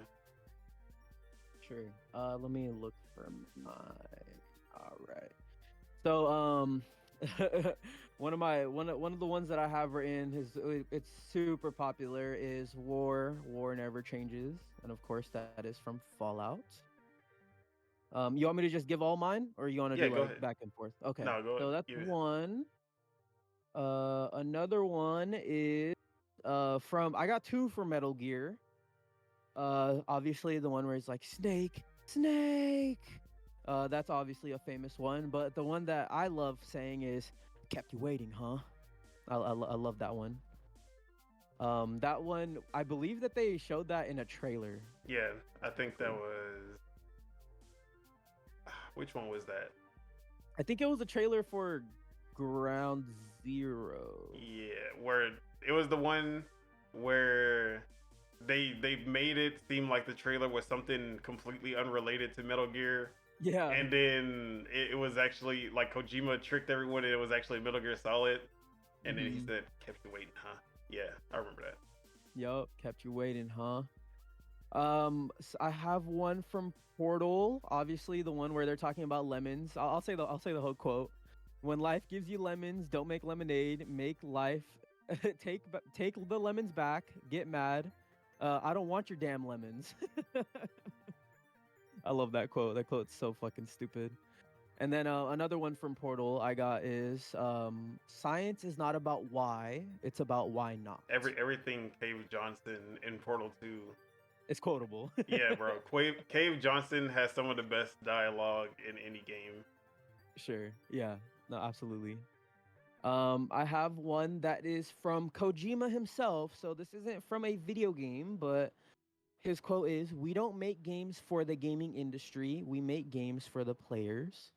I really like that quote because um yeah, they don't make games for the industry. They make games for the people that play video games, and I love that. I think that was four. I think I've already said more than that, but the last one I'll give is from BioShock. A man chooses, a slave obeys.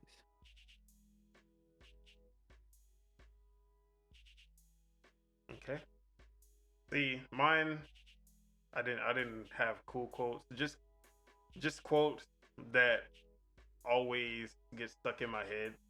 They're just random shit that I just always say in everyday life. Mm-hmm. Things like "Show me a move," Captain Falcon, Smash Yup. Bros. Mm-hmm. Um, Finish him, Fatality, all of those. The Mortal Kombat ones, classics. Let me see. I want to see now. You had all of these actual good quotes. I'm like, you damn. don't you Let me don't let you me don't think want of to some. say where's everyone going? Bingo. There's Halo Master Chief. Every time Master Chief actually opens his mouth, he has some fire quotables. Hmm. Giving the Covenant back their bomb. Yeah, Um, I need a weapon. yeah. No, one of my favorite ones from Master Chief is from Infinite when like the guy's saying, "There's a whole army, blah blah blah. Like, how Yeah. are you gonna fight them?" And he's like, he just says like one word, and it's like so stoic. I fucking love Master Chief, man.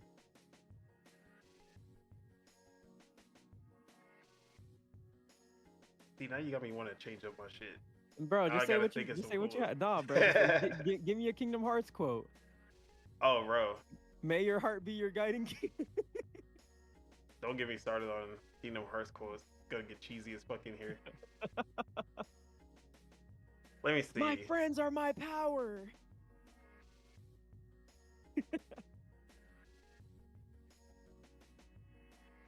So, one from Max Payne.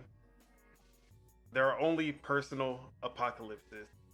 Nothing is a cliche when it's happening to you. Hmm. That was a good one. Yeah, that's a good one. And then just to quote one of the best quotes in video game history. Hold on, I gotta make sure I say it right. Yeah.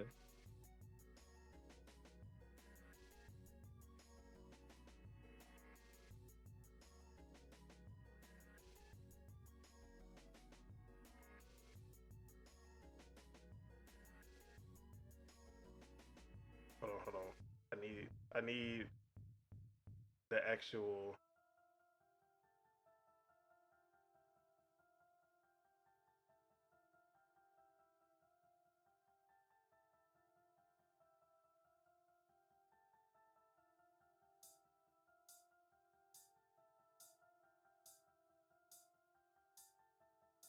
Damn, I need it in text because I'm gonna fuck up if I try to say it. Okay. I Hold would on. look it up for you, but then that would spoil what it is.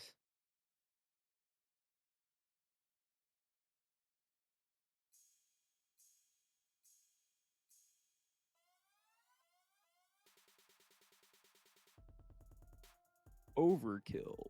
Killing spree. Yeah, I love those two. The guy fucking quoting all your kills. Double kill. Kilimanjaro. Those are All right, goaded for here we sure. go. I think I got it Go in for it, writing now. for sure. Thank you, IMDb, for having this quote here.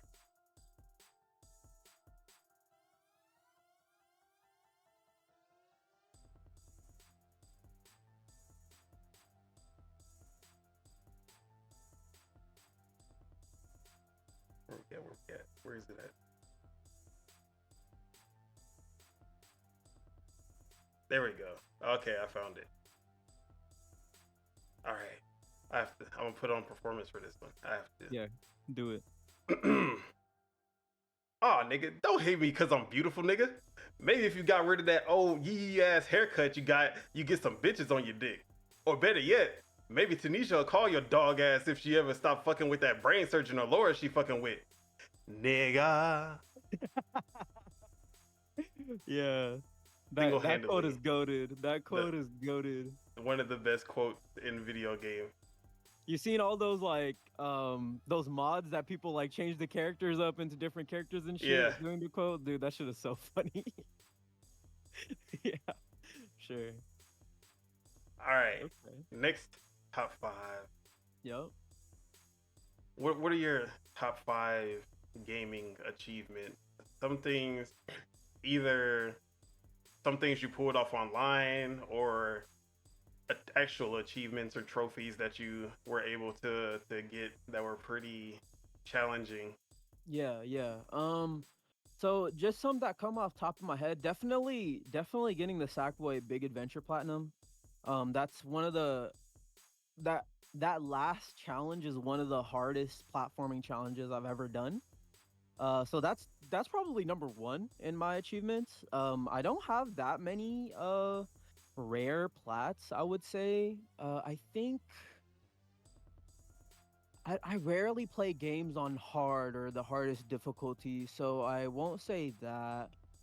Um, Another one is definitely beating all the GTA Online heist missions. Those were pretty challenging. I remember back when it came out, I did those with my boys, and like we literally did like we pulled out like almost like a 18-hour game sesh trying to complete it all. So it was those were the days. Those were the days. Oh, Rainbow Six Siege. I will say getting my boy to diamond, getting my boy to diamond in ranked was one a huge achievement because we were on console. And once you get to the higher rankings in Siege, you would start facing players that are playing on consoles but using keyboard and mouse. So that was definitely an accomplishment for sure. I didn't get to diamond. I think the highest I got was plat 1, which is one level off of diamond. Those are my siege grinding days. I used to grind the fuck out of that game. Literally, like coming home from work. This was pandemic days too. Coming home from work, hopping on siege for the rest of the night, like 6 hour sessions almost every single day. So I'll say siege, playing ranked, getting to plat 1 for me, getting my boy to diamond. That's 3. Now I gotta look at my like achievement and trophy list. To be honest, hold on. Give me a second. Give me a second. You can start going off with some if you want while I look. All right. So, one game, just in general, that I always feel like I'm just pulling off some impossible shit, or at least impossible for me. Mm-hmm. Um, then as far as getting to champion rank, that is Rocket League. Mm-hmm. A lot of my friends have played Rocket League up to a certain point with me, but then after a lot of people hit a wall in Rocket League, and for a while I was like, you know what, I'm content with gold, and I'll probably never get past that. Then I was content with platinum. I'll probably never get past that. Mm-hmm. Then I was content um with diamond. I was like, yeah, diamond. I'll probably, this is probably my peak. But when I finally made it to champion, I was like, oh shit, I'm that guy. I'm him. Well, yeah. Yes, sir. So champion in Rocket League definitely was a big achievement for me, Okay. and I wish I had like all of my clips of just these nasty ass goals that I would hit. Um, there's Rocket League is definitely a special game for me because of how it's there. Like once you get to a certain rank, there's so much sweatiness to it, but there's all these things that you can pull off because it's a physics based game, and that makes it really challenging for someone who just starts playing to get into. But it's once you like, I feel like I'm fucking Isaac Newton when I'm doing the shit that I be doing. I'm like, bro, I don't even Yeah. know how I knew that would work. Uh-huh. But yeah, Rocket League, one of my greatest achievements. Sure. Um, you brought up Sackboy, but Super Mario 3D World Champions Road, Mm-hmm. that shit right there is that was some shit. Um, me, Bitta, one of my other friends, and I can't remember if it was Casso. It might have been either Casso or Mars. We we were playing through Super Mario 3D World, and honestly, a lot of the game was only challenging because we would compete against each other and try to kill each other. That's Mm-hmm. really what made some of the later levels hard. Yeah. But Champion Road was so hard that we banded together. We made a truce where we were like, all right, we need to stop. We have to get through this level. We're gonna work together to get through this level. It took us like 2 weeks, 3 weeks to beat this one level, Mm-hmm. and mostly because I think it's actually harder in multiplayer. That's probably why it took us so long. But even single player is hard because it's one of the longest Mario levels out there. And then not only is it long, there are no checkpoints. And then you they throw everything at you. Like there's some very difficult platforming levels to the point where if you don't know how to long jump, you're probably not gonna make it. Like for the casual who made it through the game without even knowing how to long jump, you already lost. You're not beating this level Yeah. unless you actually start learning the other jump mechanics. So Mm-hmm. they throw the gauntlet at you. Um, there's literally all the most challenging sections of the game, from ice levels where you have to defeat all of these enemies without falling off these very small ice platforms. There's there's and then the stage is moving, so you have to keep up with the stage. You have to do all of the objectives that, like, there are points where you have to do all the objectives or kill all of the enemies to progress, but you have to do it before the stage leaves you behind. So you're timed, but it's also giving you like a real challenge as well. So that stage is one of my greatest achievements and one of my most fun memories. Just they would they would come over to my house almost every day, and we just sit there for hours trying to beat this fucking stage. Mm-hmm. So yeah, that Champions Road, that is one of my favorite Mario memories in general. Okay. Um, let's see, other gaming achievement.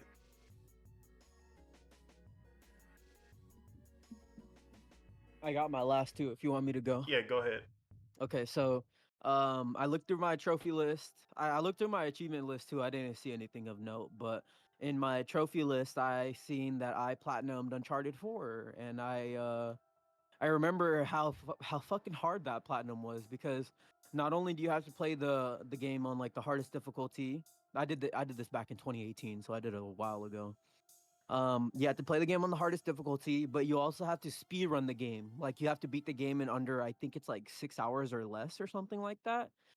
And yeah, I remember that one being super challenging. And I remember after getting the platinum, I was all like, yeah, I'm never playing this game ever again.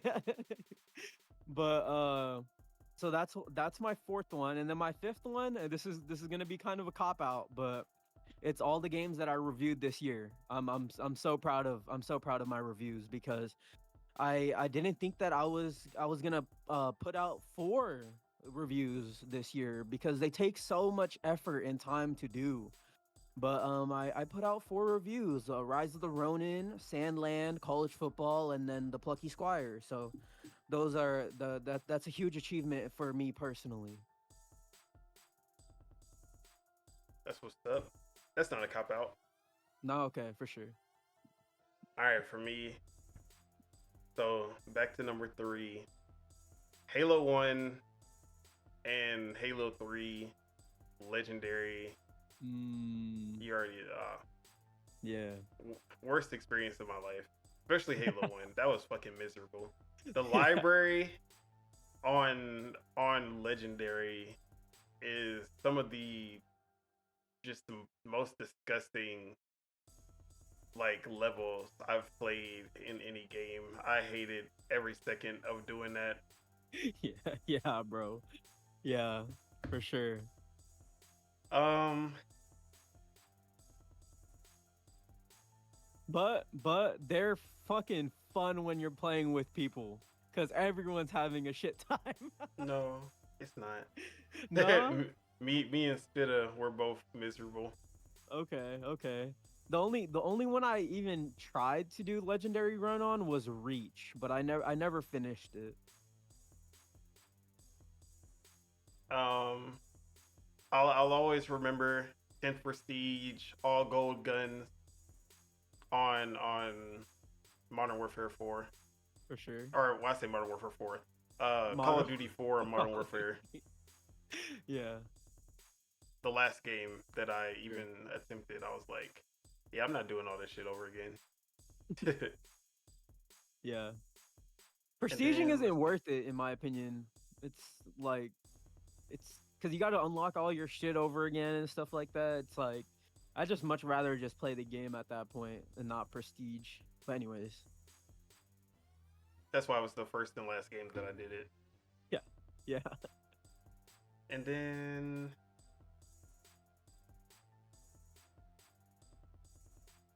I would say like I forgot. I don't remember the levels in Halo 3 rank, but I remember getting to like the second highest, like the second highest one in Halo 3 ranked in doubles. I also used to do Brigadier. Brigadier. I also used Okay. to do what is it? Clan battles in World at War, Yeah, and we were pretty good. Not gonna those lie. are huge back in the day. We were AMW, America's Most Wanted. That was our clan name. Okay. But yeah, World at War. That was my favorite Call of Duty. Yeah, that was a fun one. That was a fun one with all the soldiers rushing at you yelling "Bonsai!" But yeah, Yeah, that I'll was a fun say one I'll say those are my favorite, my top 5 gaming achievements. for sure. For sure. All right, top 5 developers or publishers. Developer slash publishers. You want to go or you want me to go first? I'll go first. Go for it. So, come on, you know what number 1 is. It's Nintendo. Yeah. It's Nintendo. If look, if I was to do the list, it would be Nintendo. It would be, hold on. Let me actually. I always forget what it is, but I'm pretty sure I have the list of their team.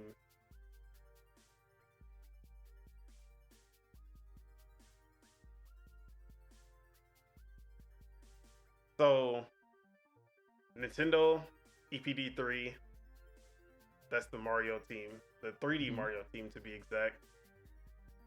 Then there's Nintendo EDP, or no, not EDP, EPD. Nintendo EPD8, that's the Zelda team. Nintendo EPD10, I believe that's the Mario Kart team. And then Nintendo EPD1, it's like Animal Crossing Splatoon. And then EPD 11 or 12, they're the outsourced team, Fire Emblem, Xenoblade, all those. So that would be my top 5. That's my cheat. Nintendo wins all of them. Oh, so But I just realized that you just named Nintendo Studio. That's funny. but Okay. I'm gonna put Nintendo as just the publisher, so they're number 1. Sure. Number 2 is, who would be my number 2? Sega? Ugh. Just Wild. kidding. Honestly, number 2 might be Square.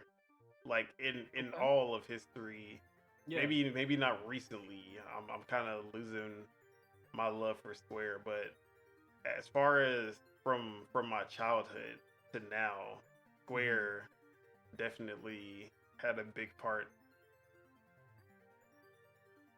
So I think Square might be my number two. Okay.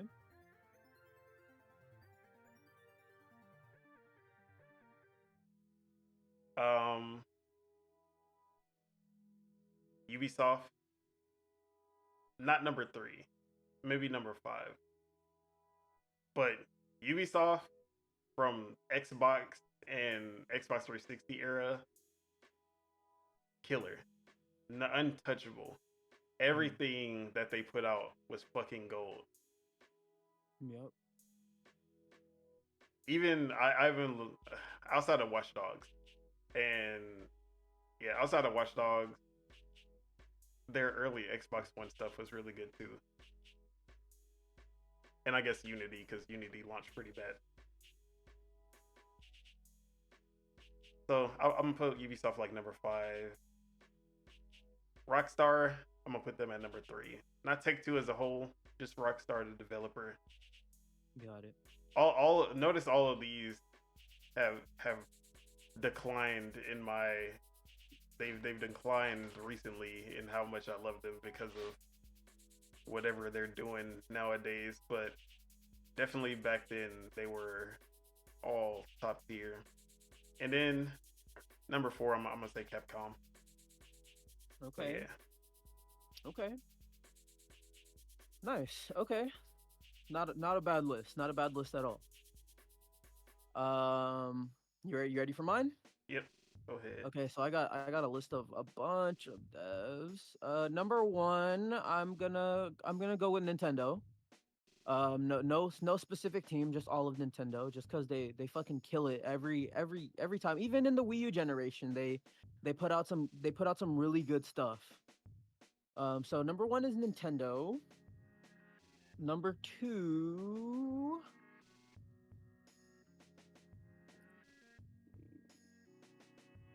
what do I want to go in number two? Number two is I'll go with even though I don't really beat a lot of their games, I'm gonna go with FromSoft. They have pretty much created a whole genre of video games on their own. No one does it like them really. Um, they also well, are we gonna get into the game mechanic one as well? The Yeah. top five game mechanics. They also put a game mechanic that I love at the forefront. I'll bring it up then.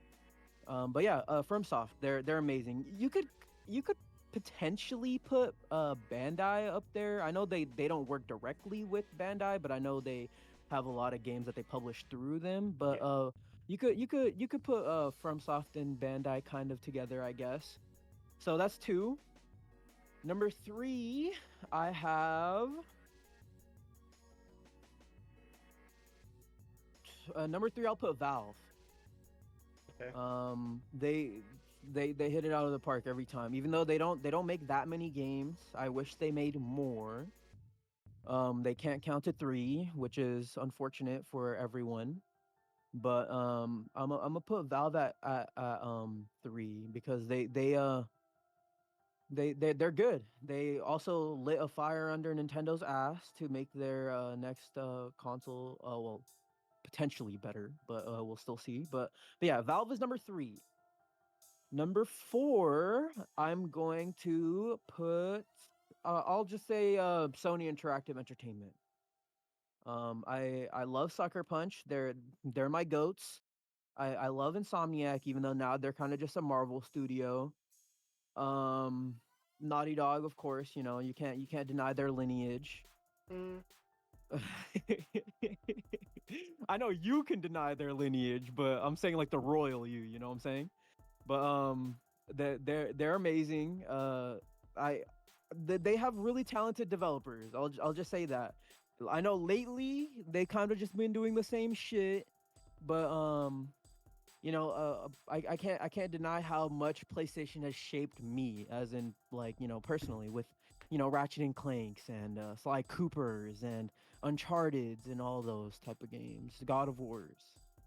So I'll put them at 4. And as much as I want to put Xbox Game Studios at 5, I'm going to actually go with the indie developer. I'm going to go with Supergiant Games. They were on the top 10 list. Yeah, Just didn't make the top 5.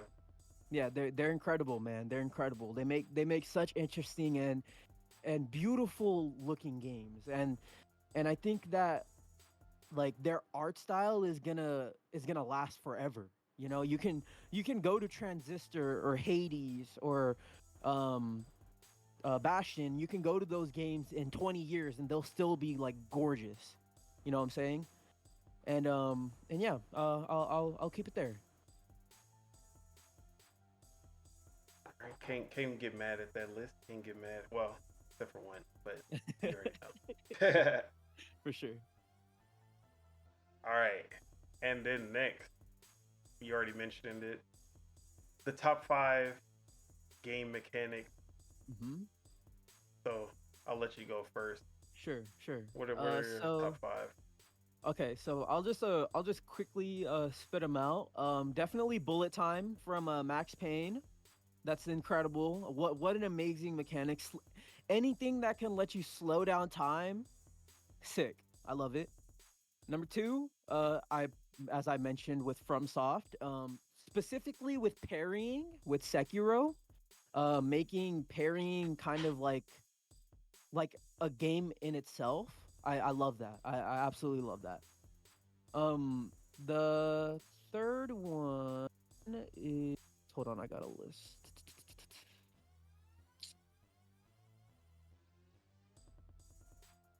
I'll pick I'll pick fast travel. I don't know what Okay, game first started fast I travel. have no idea. Yeah, I have no that'd be a good trivia question. Should I look it up?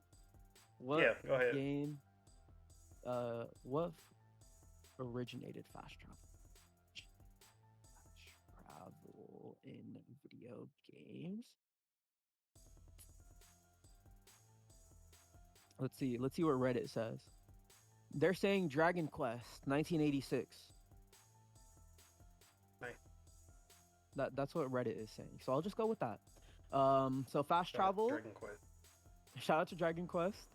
I'll go. I think that was 3, right? Yeah, I think so. Okay, so number 4, I'll go like choice and consequence or like dialogue trees. I love that. I don't know which game first started it, but I know like games that popularized it was like Mass Effect. Um, a lot of I Obsidian mean, games, adventure games, like adventure games. old Yeah, visual novels and adventure games back in the day, sure. definitely Yeah, yeah, shaped that. like Grim Fandango or something like that. Um, for sure. Dialogue trees, and then for 5, I'll go. Hmm. I'll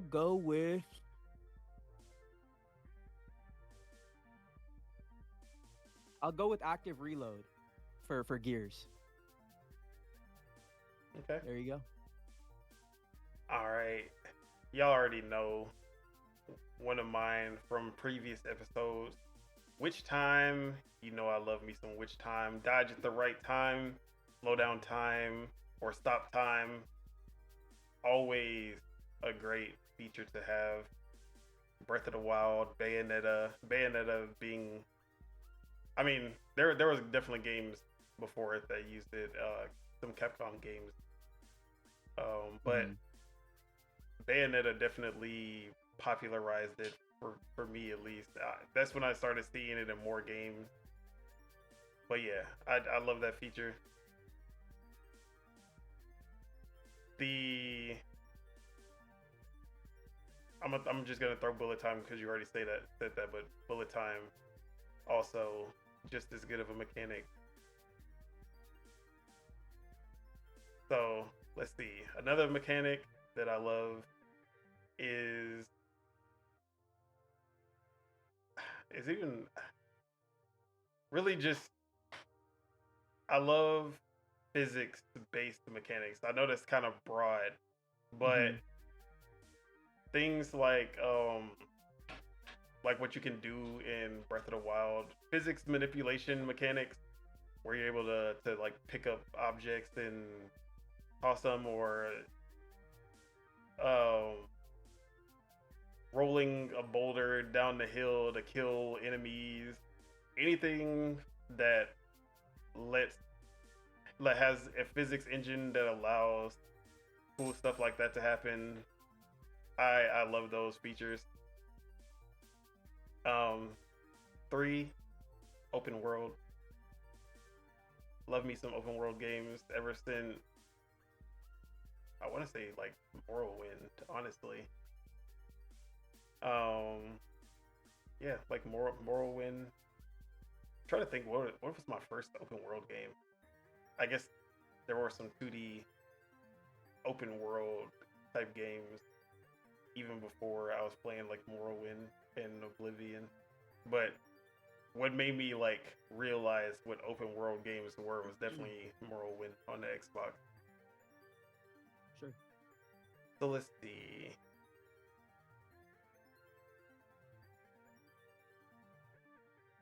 Hmm. Mechanic. As you can see, I didn't really prepare most of these. I was like, No, you good. I got it. They'll come to me. Sure. Health regen, maybe. I'm New trying to game think of plus. some really like unique one. Grappling hooks. Oh, the Nemesis system. Okay. The Okay. Nemesis system is definitely number four. Shadow Yeah. of Mordor, Shadow of War introduced one of the best systems in any game, and then they patented it so that no one else could use it, and they haven't put out a fucking game in like 6 years. But shout out to them. Yeah, Nemesis system is fucking amazing. I wish that was in every game. Oh, can I say one that I'm surprised you haven't mentioned? Go ahead. Uh, social links or relationships. That that would probably be my number five, honestly. For sure. Social link. Any romance option in any Yeah, game. romance. Always put romance option. So yeah, I'm gonna say You that need that's my that number digital five. coochie. No, I'm just kidding. I'm just kidding. All right, top five gaming events, E3s, showcases, directs. What are the Okay. top five most memorable showcases? Okay, so this is in no particular order. I'm kind of just going off the top of my head with this one. Definitely the Smash Bros. Not Ultimate, but the Wii U and 3DS reveal. I that was incredible. I forgot what state of what not state of play, what direct That that was in. was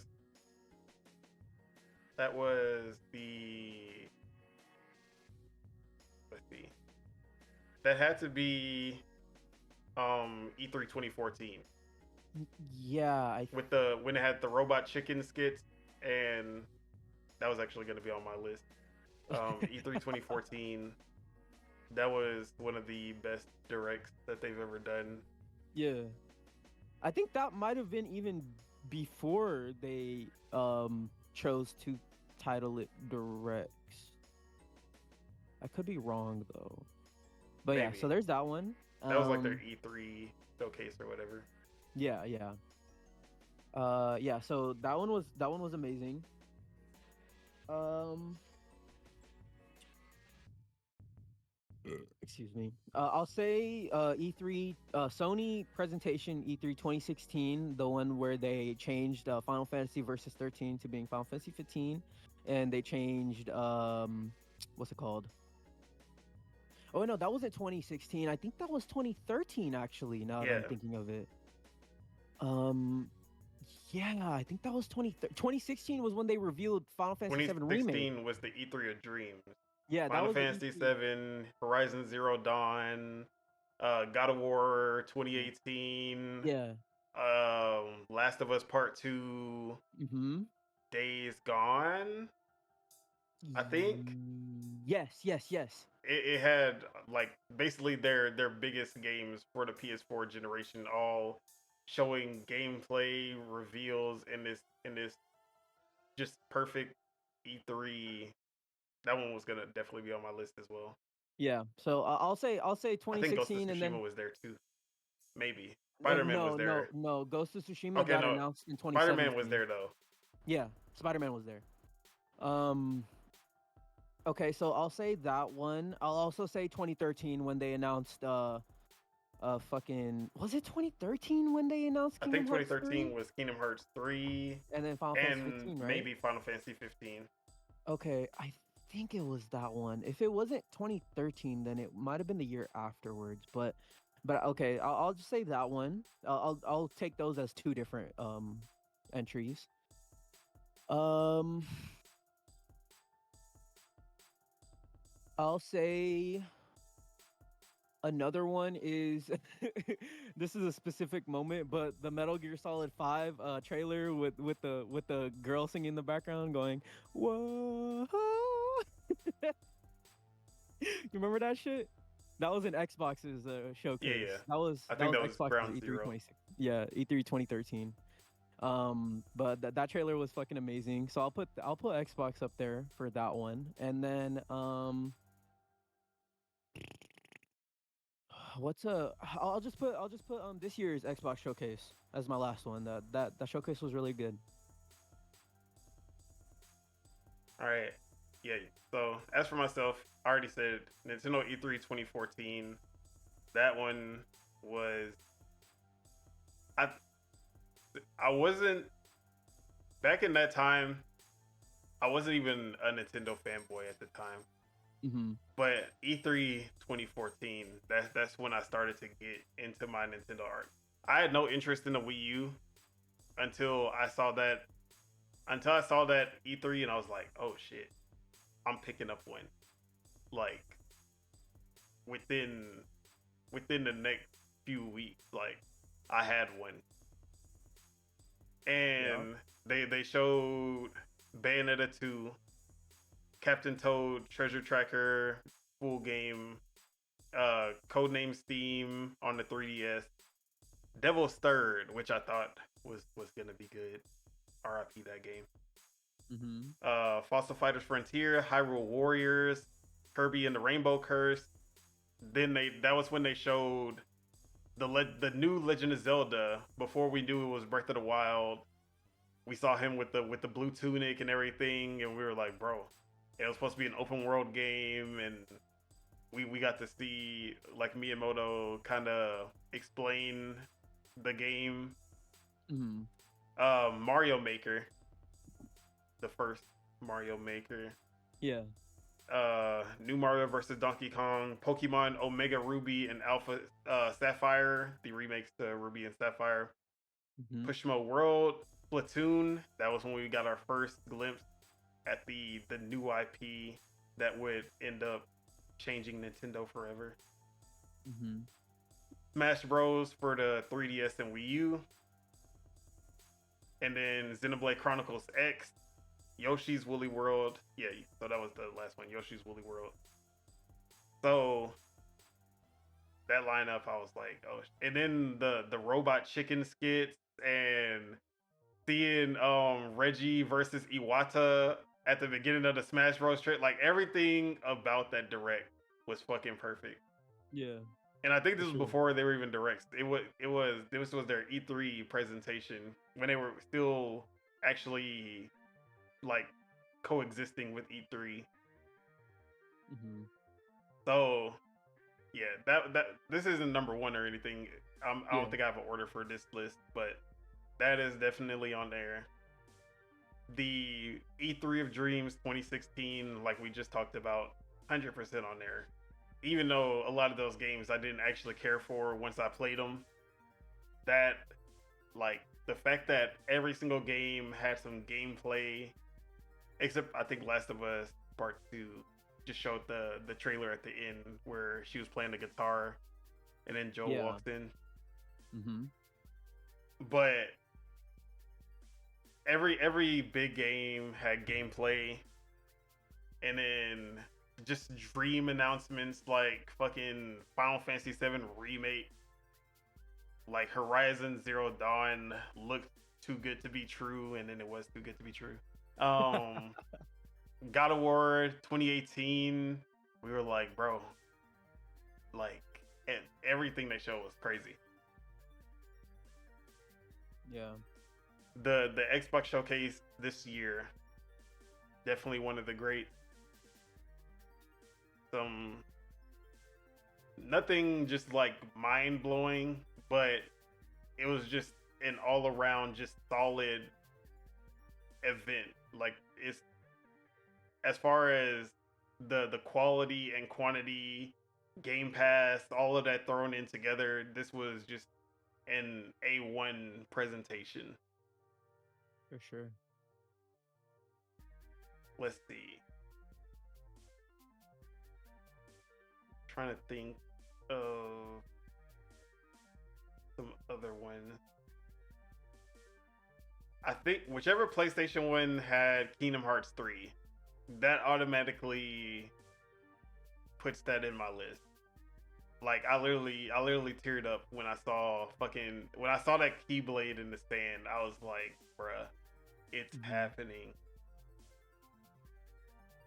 Mm-hmm. So I have to put that there. Yeah. And then last,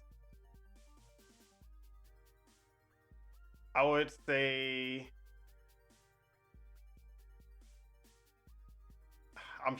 it's definitely one of the direct from the Switch generation. I just can't remember which year. I want to say it was the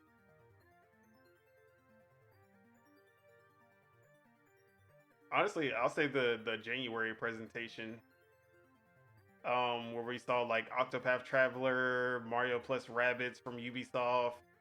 We got our first look. We got the full look at Super Mario Odyssey with the actual capture mechanics. Mm-hmm. We saw the Breath of the Wild trailer, one of the greatest trailers of all time.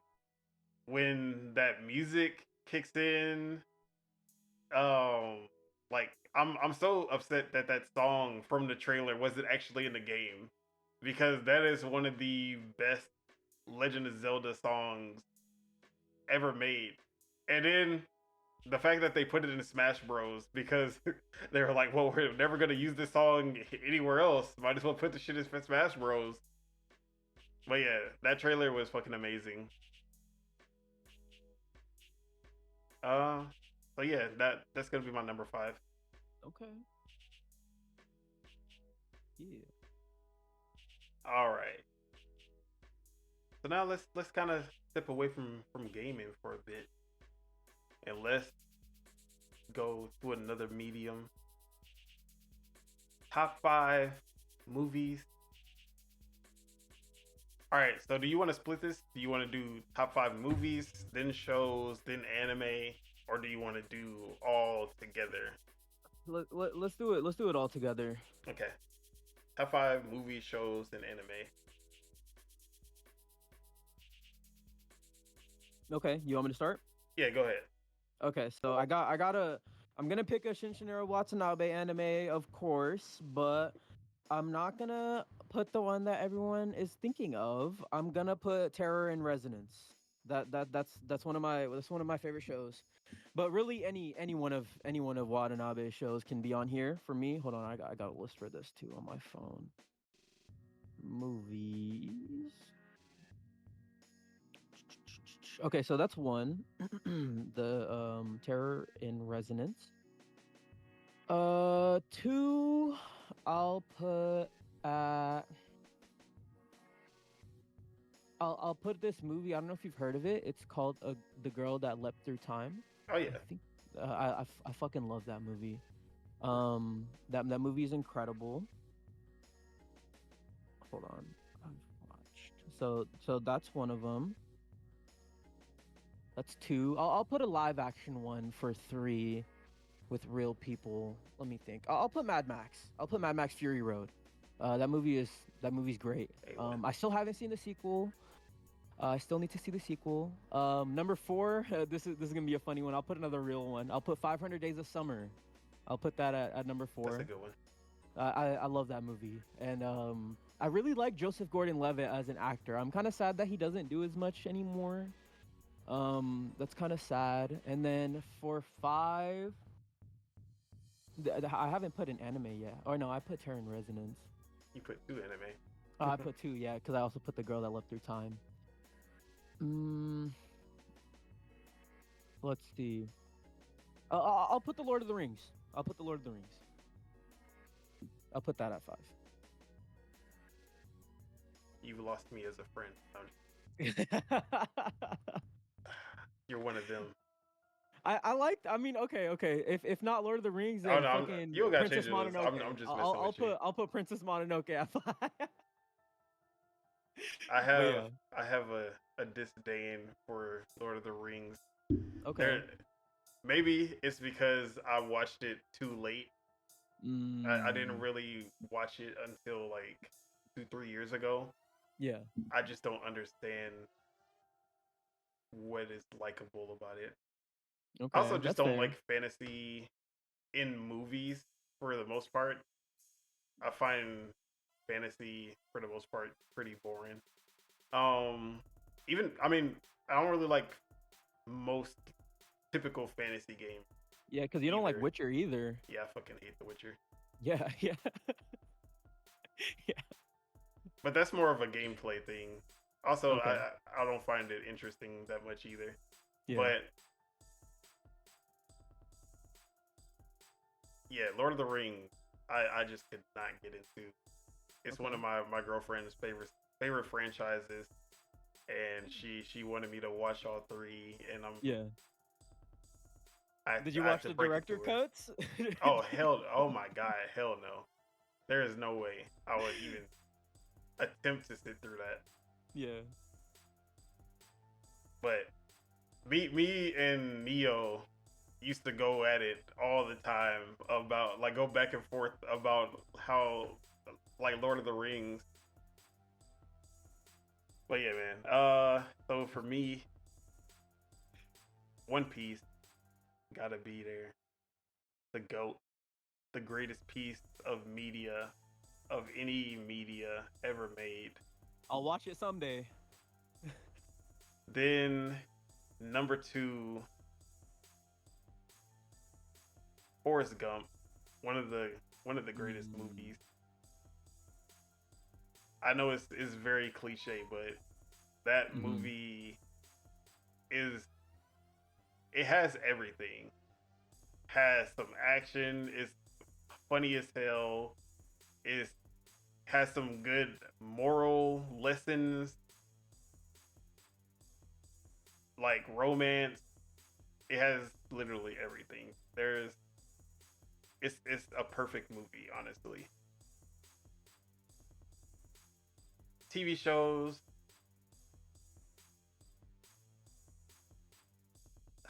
I'm gonna have to go with my personal favorite instead of one that I think is the best, and it's gonna be the Wayans Brothers.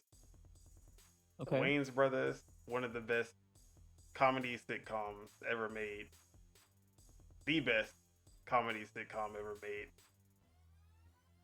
I can watch reruns of the Wayans Brothers all day, every day. And number five, damn, I'm leaving so much off, but there's no way I can make this list and leave off Scott Pilgrim versus the World. There's no way. Has to be there. Not the new anime that came out though. No, we don't talk. What new anime? That never happened. Honorable mention would be BoJack Horseman on Netflix. Yeah. One of the greatest adult animated like comedies of all time. Sure. It's it's hilarious, but it's also like dark and depressing, and it's so well written. Even when they're somehow they find a way to write the characters and the story so well with the goofiest ideas and the goofiest lines, and just like none of the characters are serious, but they find a way to make it a serious, well written show in the most non-serious way. And I don't know how they pull it off, but like BoJack Horseman is the pinnacle of like writing to me, like one of the best written shows I've ever watched. Mm-hmm. But yeah, that would be an honorable mention for me. For sure. Honorable mention for me is Porco Rosso. No. Who? Porco Rosso? You ever seen that one? I don't know what that is. That's a Ghibli movie, but that's one of their I know what you're talking about. It's one of their deeper cuts for sure. That's the movie that has the quote where he says, "I'd rather be a pig than be a fascist." I don't know if you heard that quote. I remember it once I like understood what you said. Yeah, for sure. All right. Sticking to the non-gaming, it's time for. I wanted to hear this list from you out of everything.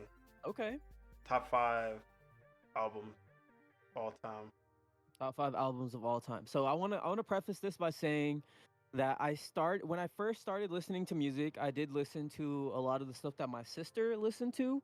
So it was like fucking Metallica and like Guns N' Roses and shit like that.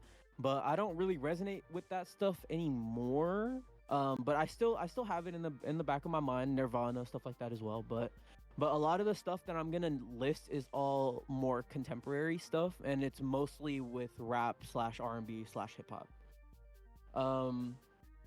No order, and also I have more than 5 listed. But I got To Pimp a Butterfly by Kendrick Lamar. Which one? And To Pimp a Butterfly. Okay. A fun fact: I actually have this album on CD. So I have a CD copy of To Pimp a Butterfly in my car, just in case I need to listen to it. But I love this album from beginning to end.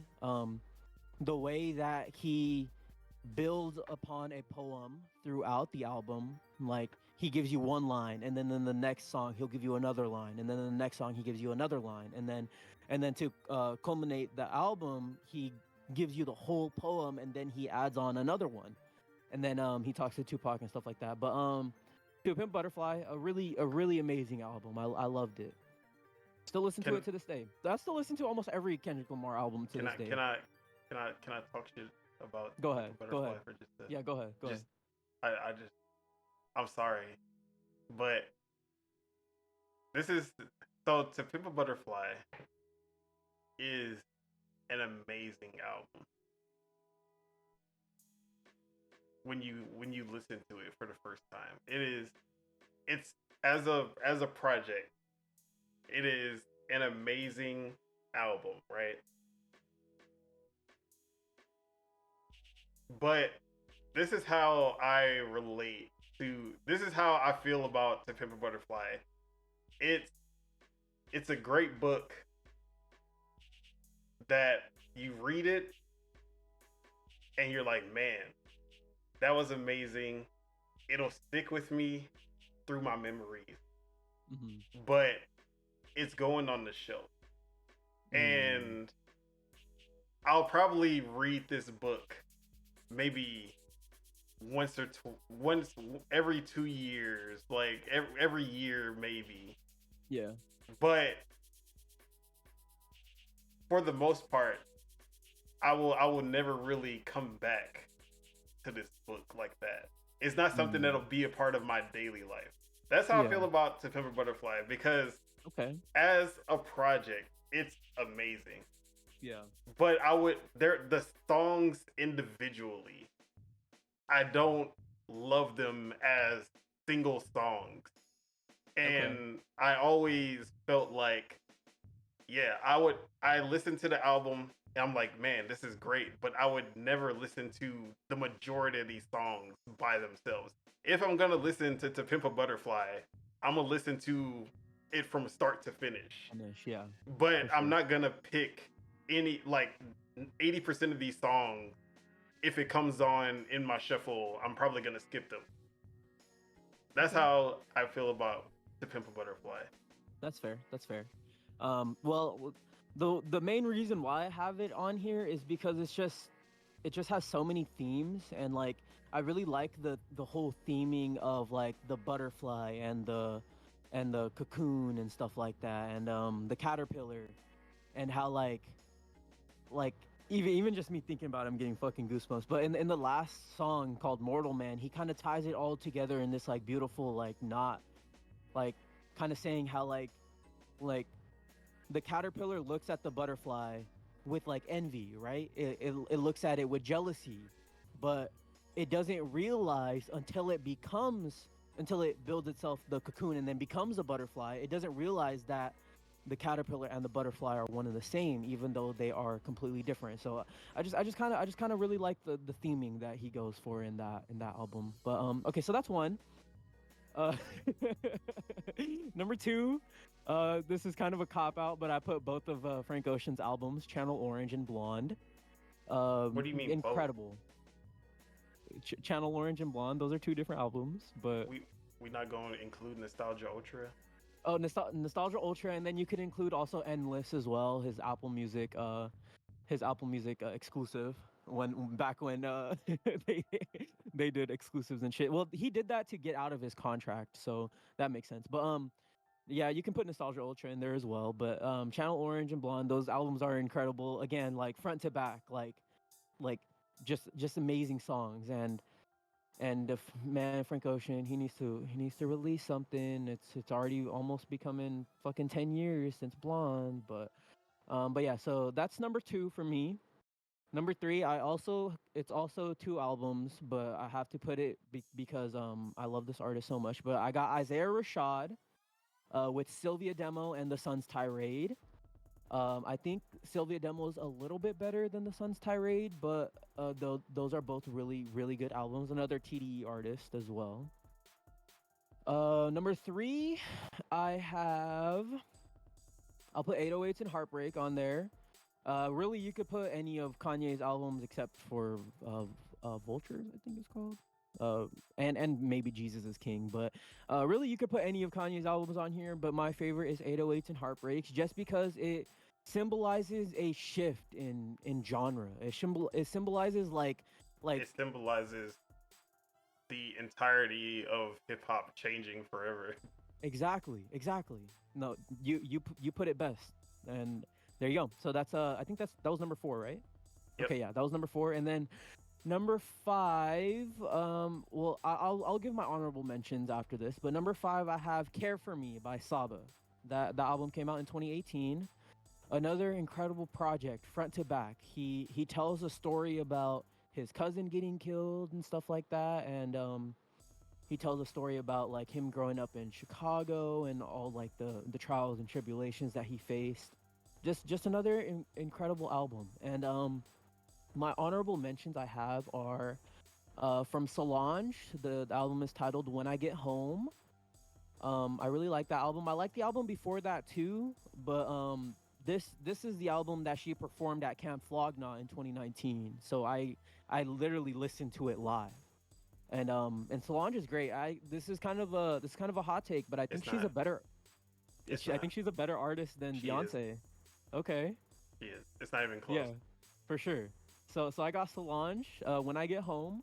Another honorable mention is Igor by Tyler the Creator. Another fucking fantastic album. Um and then another honorable mention I have is Noir by Smino. But yeah, those are my albums. Okay, fire list. Okay. Oh wait. Give me a second. No worries.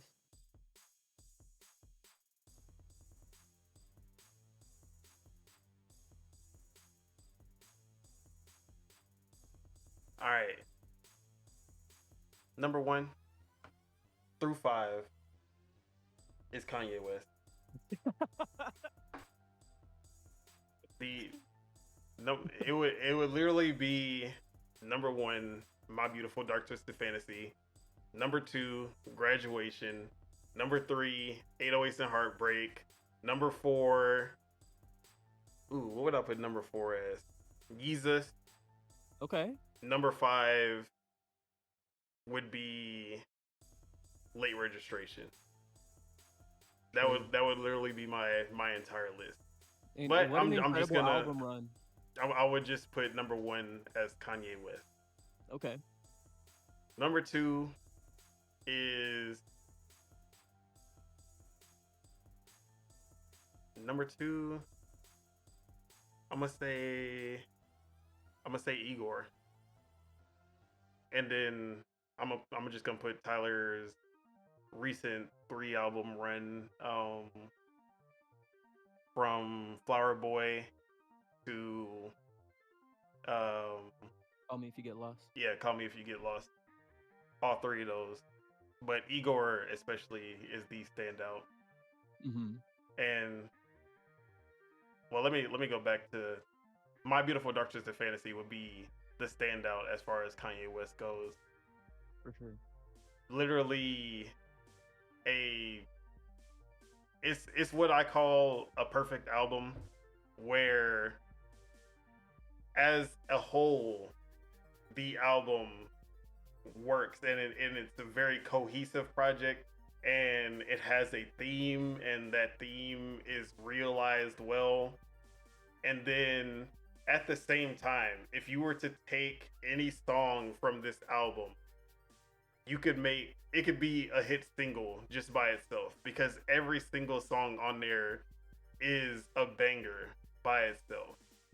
That's what I call a perfect album.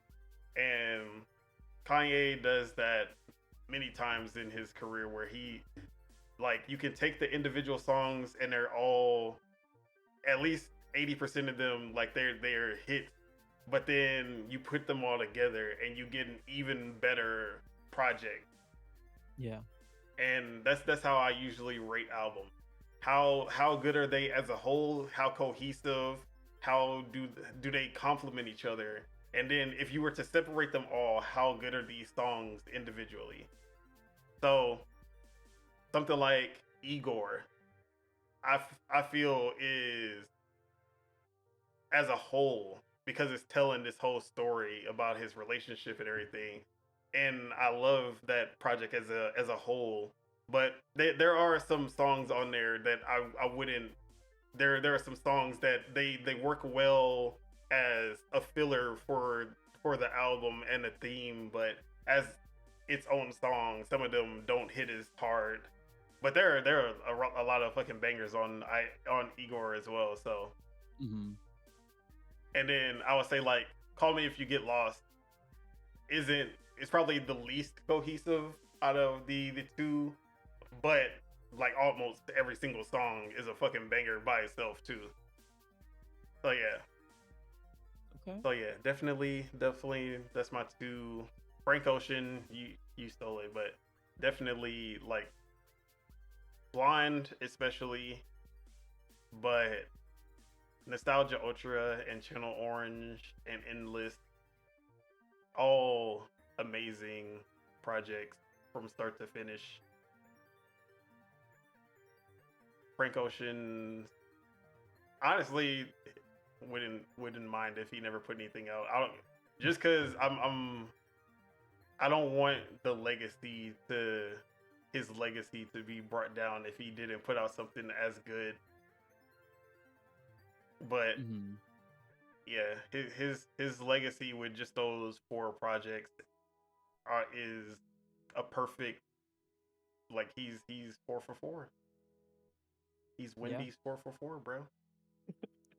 Yeah. But yeah, Frank Ocean, could never go wrong with any project from him. this is one of, I'm gonna put this as one of the outliers, but definitely one of my favorite albums of all time, and that is Linkin Park's Hybrid Theory, Hmm. and really Meteora as well. Both of those albums are iconic, and every song on them from start to finish is a banger.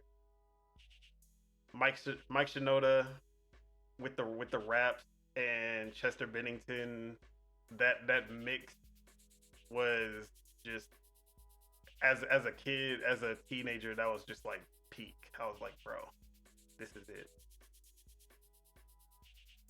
What was that, four? Yeah, That you was got one four. more. All right, one more in my top five. I'm gonna have to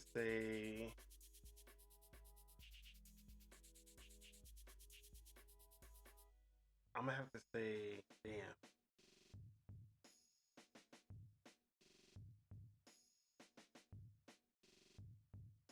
It's gonna be it's Kid Cudi, Man on the Moon Okay. 2, Okay.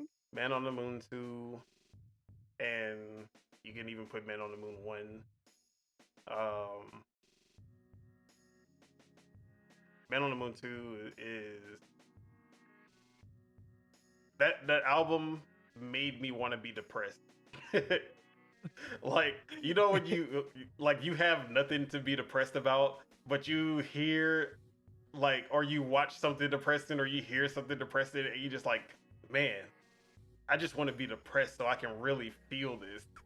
Yeah. Yeah. Like, that album was amazing, For sure. and it's such a sad album, but at the same time, it's just one of the most beautiful albums I've ever heard.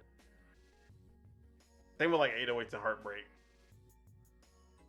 I be waiting to feel down, just to be like, oh yeah, this 808s and Heartbreak, this Man on the Moon 2 about to slap now. But yeah, honorable mentions for me: Michael Jackson Thriller, Fun, Some Night, the band Fun. Yeah. This is this is definitely like gonna be a lot different than any of these other albums I listed, but Taylor Swift, um, damn, why am I forgetting the name of the album? I'm not gonna help Is you here, bro. I'm no, sorry. no.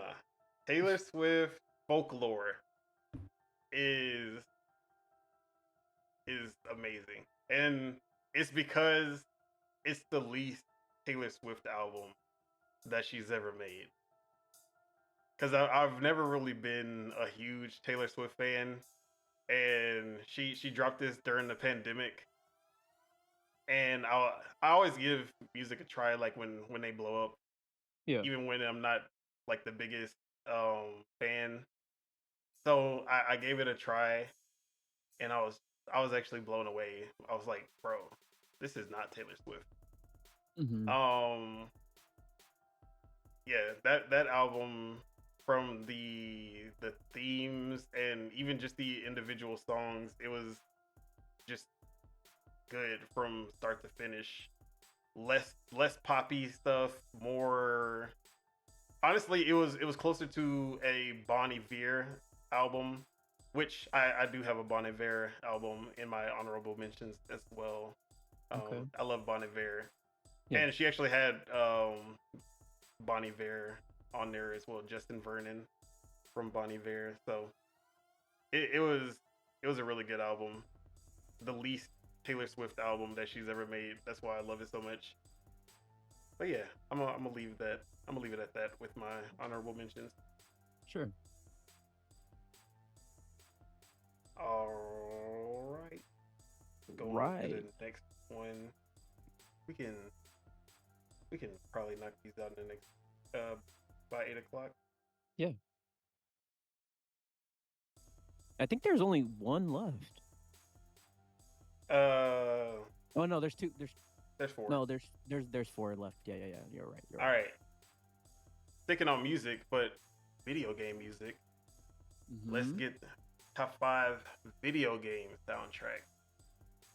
For Now, sure. I'll go first on this one. Yeah, go for it. Kingdom Hearts franchise in general. Yep. Mega Man X, just A1. 16 the peak of 16-bit music. And I'm a cuz I'll just do nothing but Capcom stuff. So I'm just going to throw Capcom SNES era Street Fighter like Street Fighter 2 soundtrack. Um some of their beat 'em ups, like all of the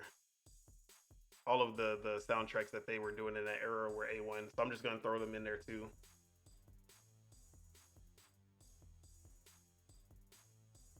Final Fantasy,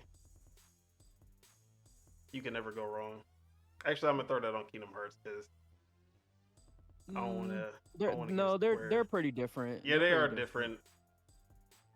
All right, I'll put Final Fantasy as its own thing. So as far as licensed soundtracks, because I want to throw some in there too. Definitely Def Jam, Fight for New York, Okay. one of my favorite licensed soundtracks. And then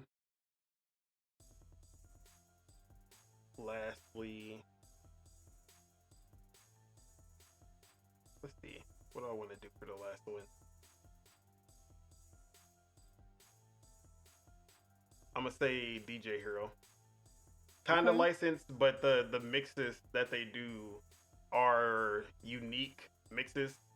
Where I don't know if you ever played DJ Hero or like heard the Never played it. soundtrack. So they basically take two popular songs and then mix them together Mm-hmm. instead of just being like Guitar Hero where you just play through the original song. You'll play through a mix of um Jay-Z, um H to the Izzo, but it'll also be a mix between H to the Izzo and I Want You Back by Jackson 5. Or Okay. you'll have Beck mixed with Eminem, or you'll have Mm, Bittersweet Symphony and Rock the Bells by LL Cool J. yeah. And all the mixes on that soundtrack are so A1. Like they're so perfect. And you can just listen to them. Like I still listen to the DJ Hero soundtrack because DJ Premier and Jazzy Jeff, they fucking killed that soundtrack. So yeah, those are my top five. Oh, never. Okay. Hold on. Actually, I gotta. I'm actually gonna take off Final Fantasy. Not gonna lie, I'm taking off Final Fantasy, and it's Xenoblade Chronicles. Oh, okay. Xenoblade Chronicles is replacing Final Fantasy. For sure. So Final Fantasy would be an honorable mention, as well as Persona. Persona Mm, soundtracks are fire. okay. And then last, I'm gonna put. Damn, what do I want to put for the last one?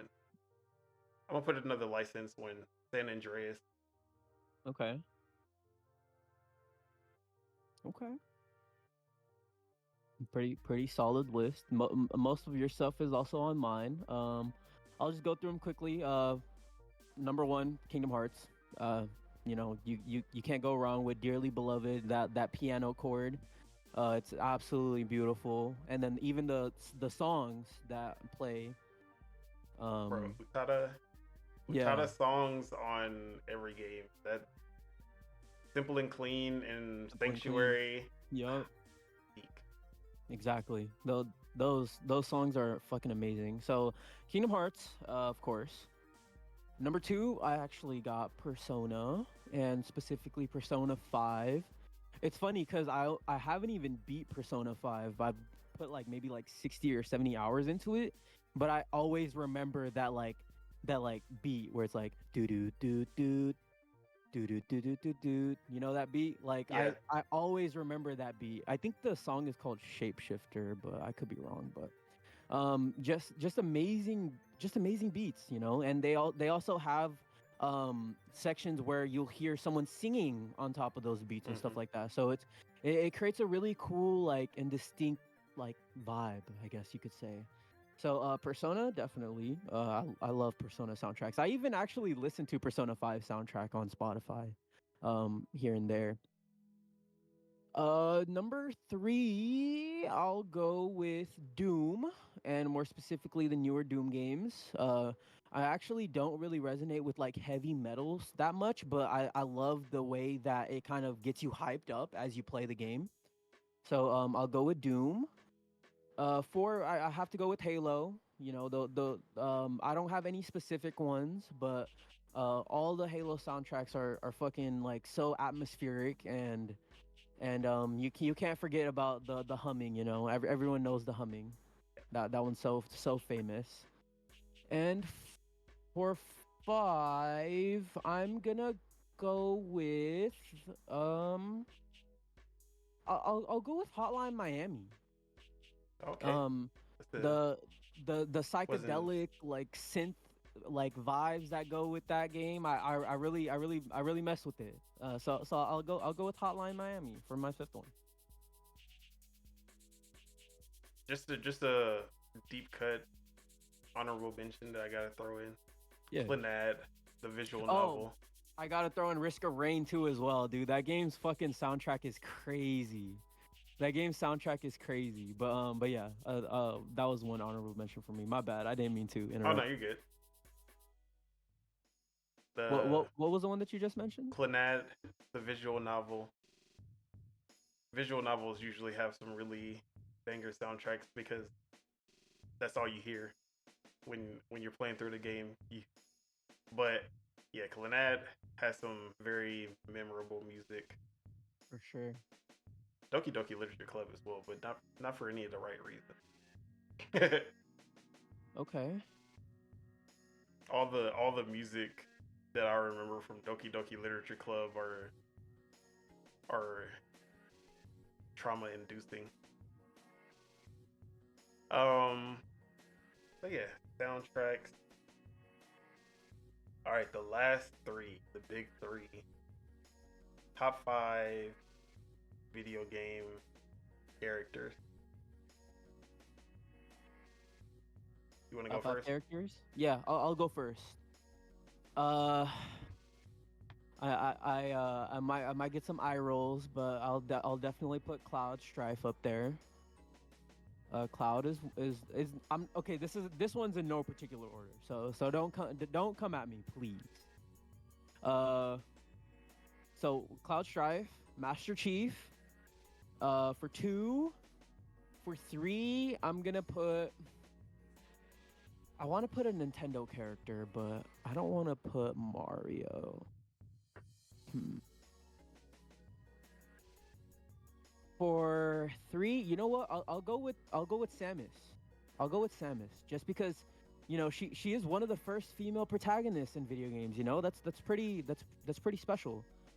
Um, so I'll go with Samus. For four, I'll go with Arthur Morgan from Red Dead 2. I did that just to spite you, Don. So I four, won't I'll I go won't Arthur. hate that he's a good character. Can't Yeah, hate on he's that. a really well written character in Red Dead 2.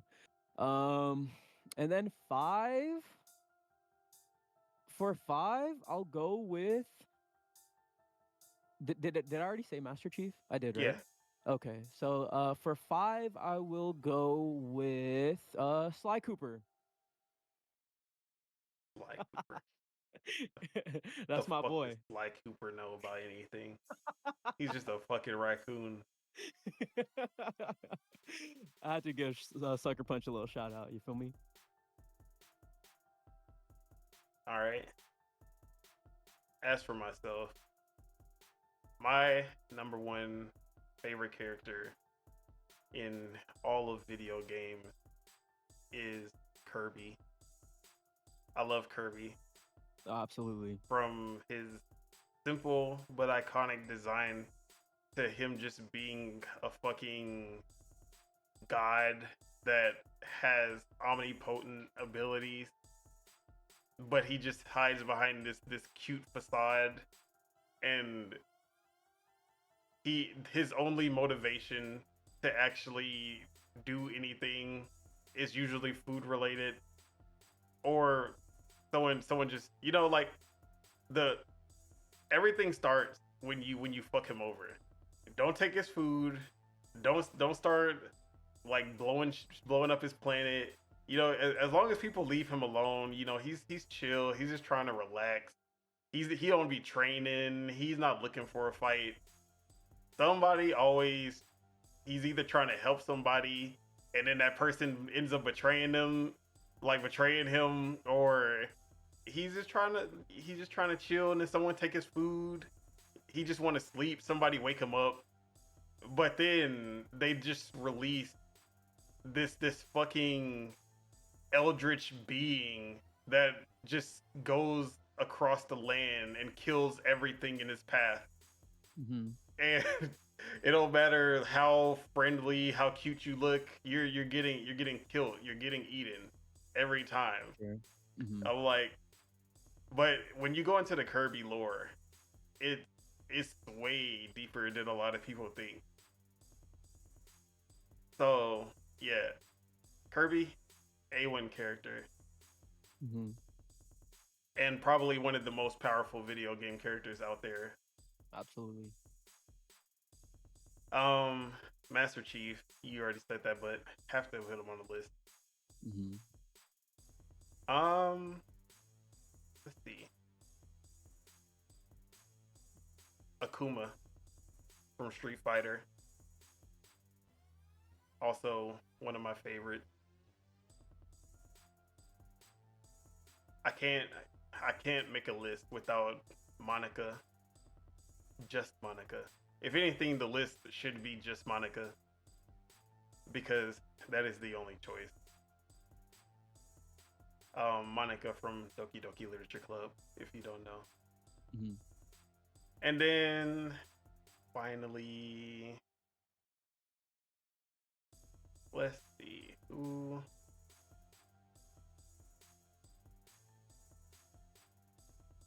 Carl Johnson.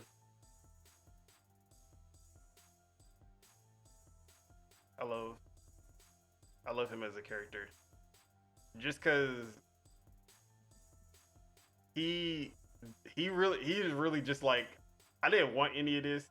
But I got pulled in, and I was like, you know what? I like all the shit that he goes through, and for the most part he's just being dragged along by shit he really didn't want anything to do with. He just came to his mother's funeral, and he just gets put through all of this shit that just turns into a whole thing. But yeah, he's a great character. He has some funny one-liners. Yeah, man. Carl Johnson, bro. DJ. Okay. That's from San Andreas, right? Yeah, San Andreas. Okay. But yeah, that's my top 5. For sure. All right. The last 2. One of the big ones. Top 5 consoles all time. And I'll take the lead on this one. Go for it. No particular order. N64, SNES, Nintendo Switch, Xbox 360, PS2. I don't have to explain, for the most part. Y'all understand what games they had what they did. So yeah, that's my 5. Okay. You ready for mine? Yep. All right. So I got the Master System, Genesis, Oh my god. the Sega Saturn, the Dreamcast, and the Oh Game Boy. my I'm just fucking kidding. god. This guy. No, I'm just kidding. I'm just kidding. Okay, so for 5, this is also in no particular order, but for 5, I'll go with Game Boy Advance SP. Um, Fun fact about the lore of the Avatar: that was my first ever actual console, and my first ever game that I ever played on it was Pokemon Fire Red. So I have to put that for nostalgia purposes. Game Boy Advance SP. If I wasn't gonna put the SP, then I definitely would have put the DS Lite, because you can play Game Boy games and you can play DS games. But I'll just go with Game Boy Advance SP for this one. That would definitely be my number 6. So for 4, I'll put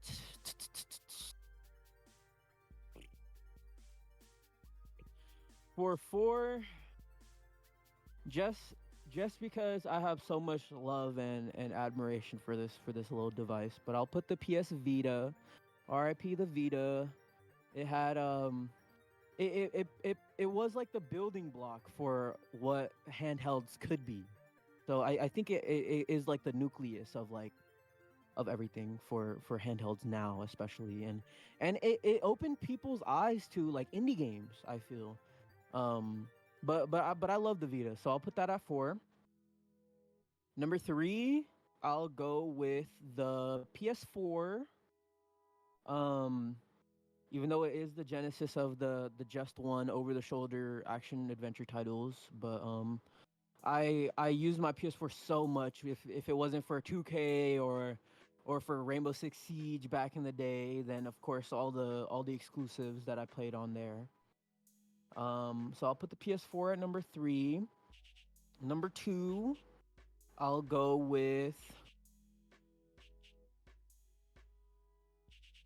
honestly, honestly, for number 2, I'm gonna go with the Xbox Series generation, just because it's just, it has so much going for it. You can play not all 360 games, but you can play most 360 games. You can still play the OG Xbox games.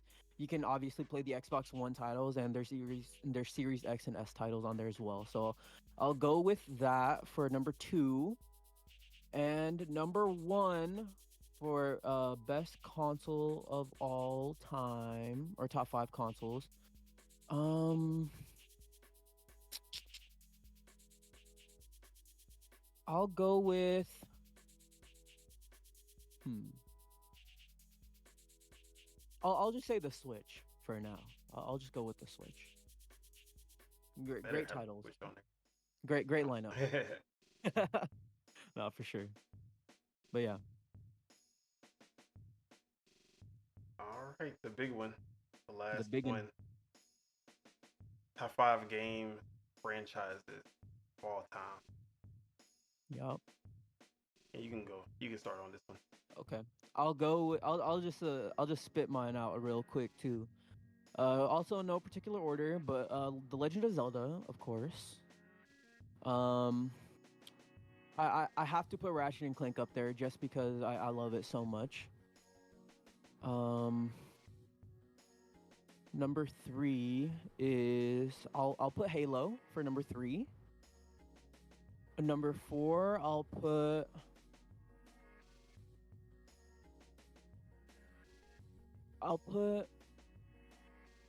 hmm I'll put Call of Duty at number 4, and then for 5, I will put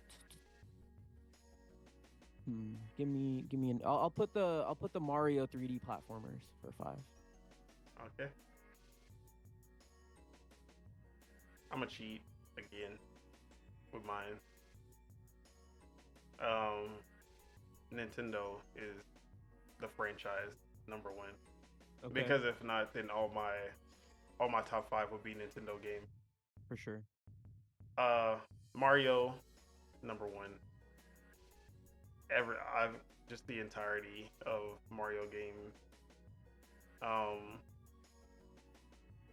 Kirby, only only Zelda Breath of the Wild and Tears of the Kingdom, not the other one. Okay. That would be up there. Fire Emblem, one of my favorite franchises. I love Fire Emblem. And then Smash Bros would be number 5. Okay. So that would literally be my top 5 if Yeah. but I'm just gonna put Nintendo at number 1. Yeah. Number 2, Kingdom Hearts. And from here is no particular order. Kingdom Hearts had number 2, Rocket League number 3,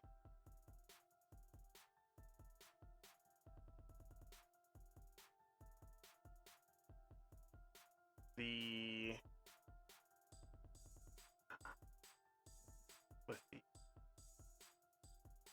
the Mega Man X series at number 4.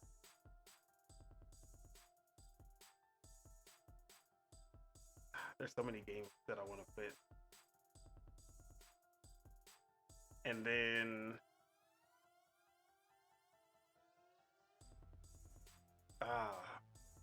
there's too many games, franchise that I want to put.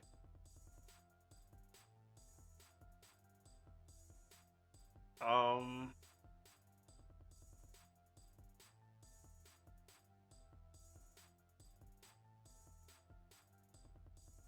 Sonic. oh my god, I'm sorry. I keep on bringing up Sega.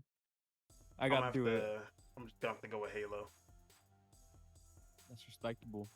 Honorable mentions would be Def Jam Fight for New York, GTA, San Andreas, specifically, and then key visual novels. They're everything Key put out. Some of my favorite visual novels. Oh, and Ace Attorney. All right, those are my honorable mentions. Okay. Okay. Anything for you?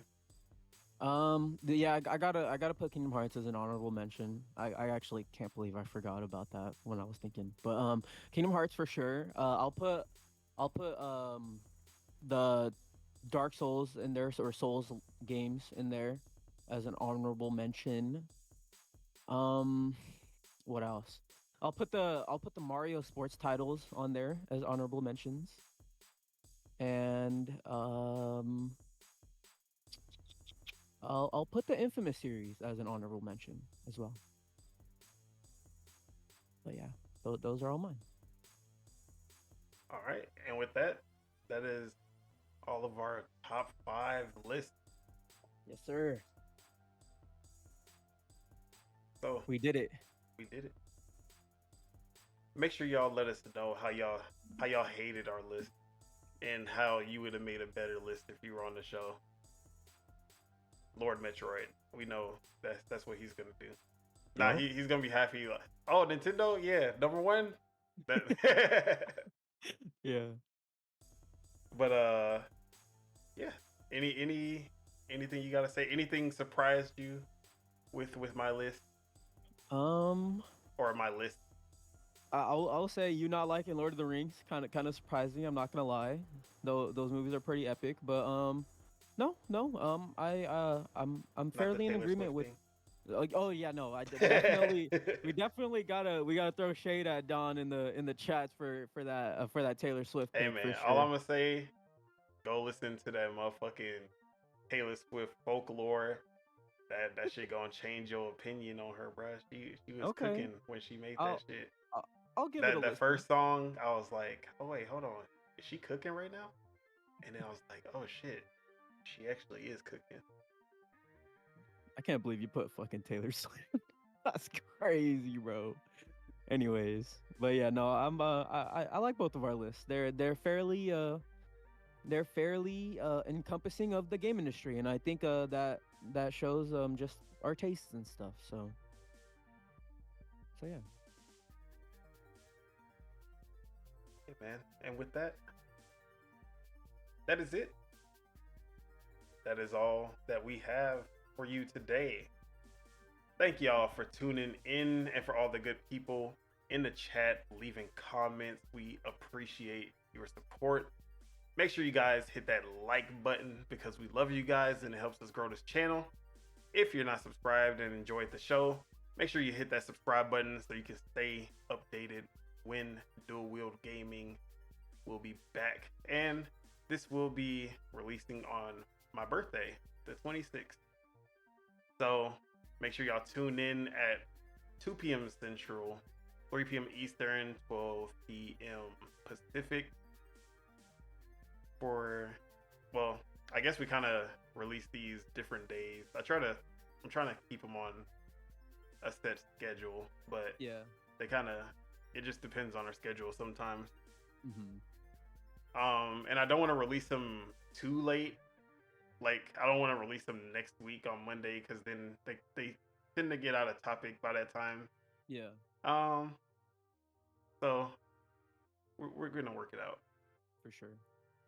but yeah, make sure y'all tune in for the just stay subscribed, hit that bell so y'all know when we drop in the next Dual-Wield.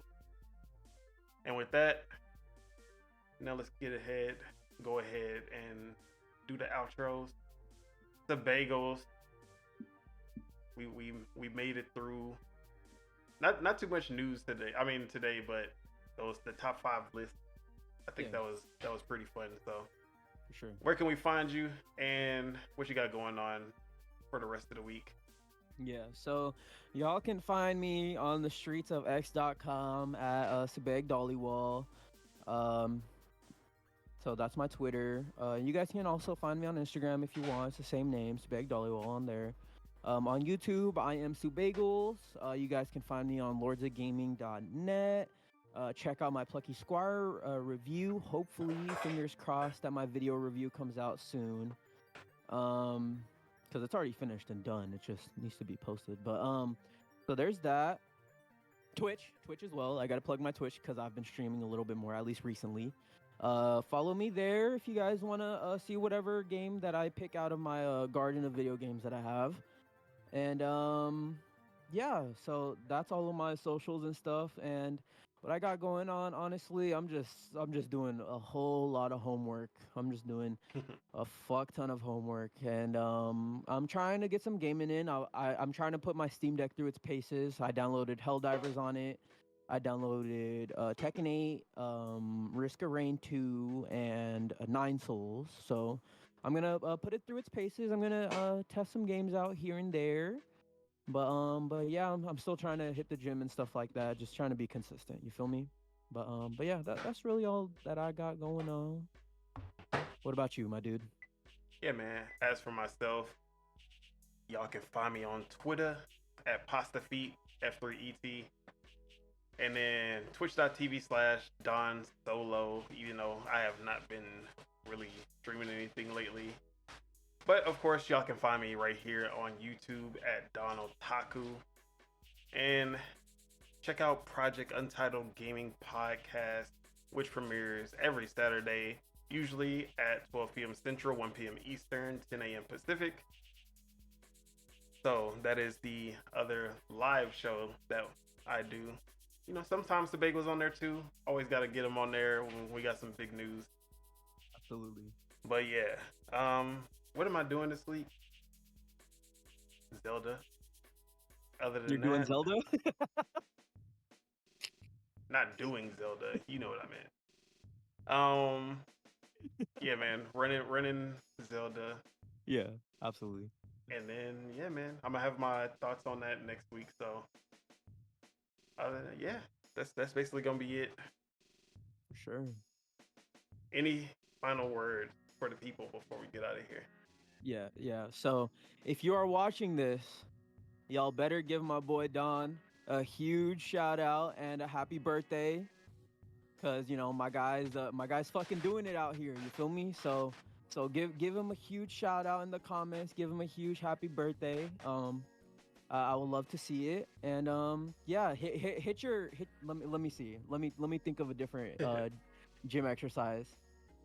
Hit your I think I've already said lat pull downs. Hit your squats. I'll say that. I was actually about to say squat. Yeah, hit your squats. Hit your tricep extensions. Definitely don't forget about your triceps. And calf raises. Hit your calf raises. There you go. Those are my exercises this time. All right. I don't have nothing for y'all. Y'all can do. He got the advice for y'all today. Absolutely. And with that, let's go ahead and get out of here. Appreciate everyone for tuning in. Enjoy the rest of your day. Enjoy your weekend. Yeah, man. Peace out, y'all. Bye-bye. Peace. Love y'all. Get out of here.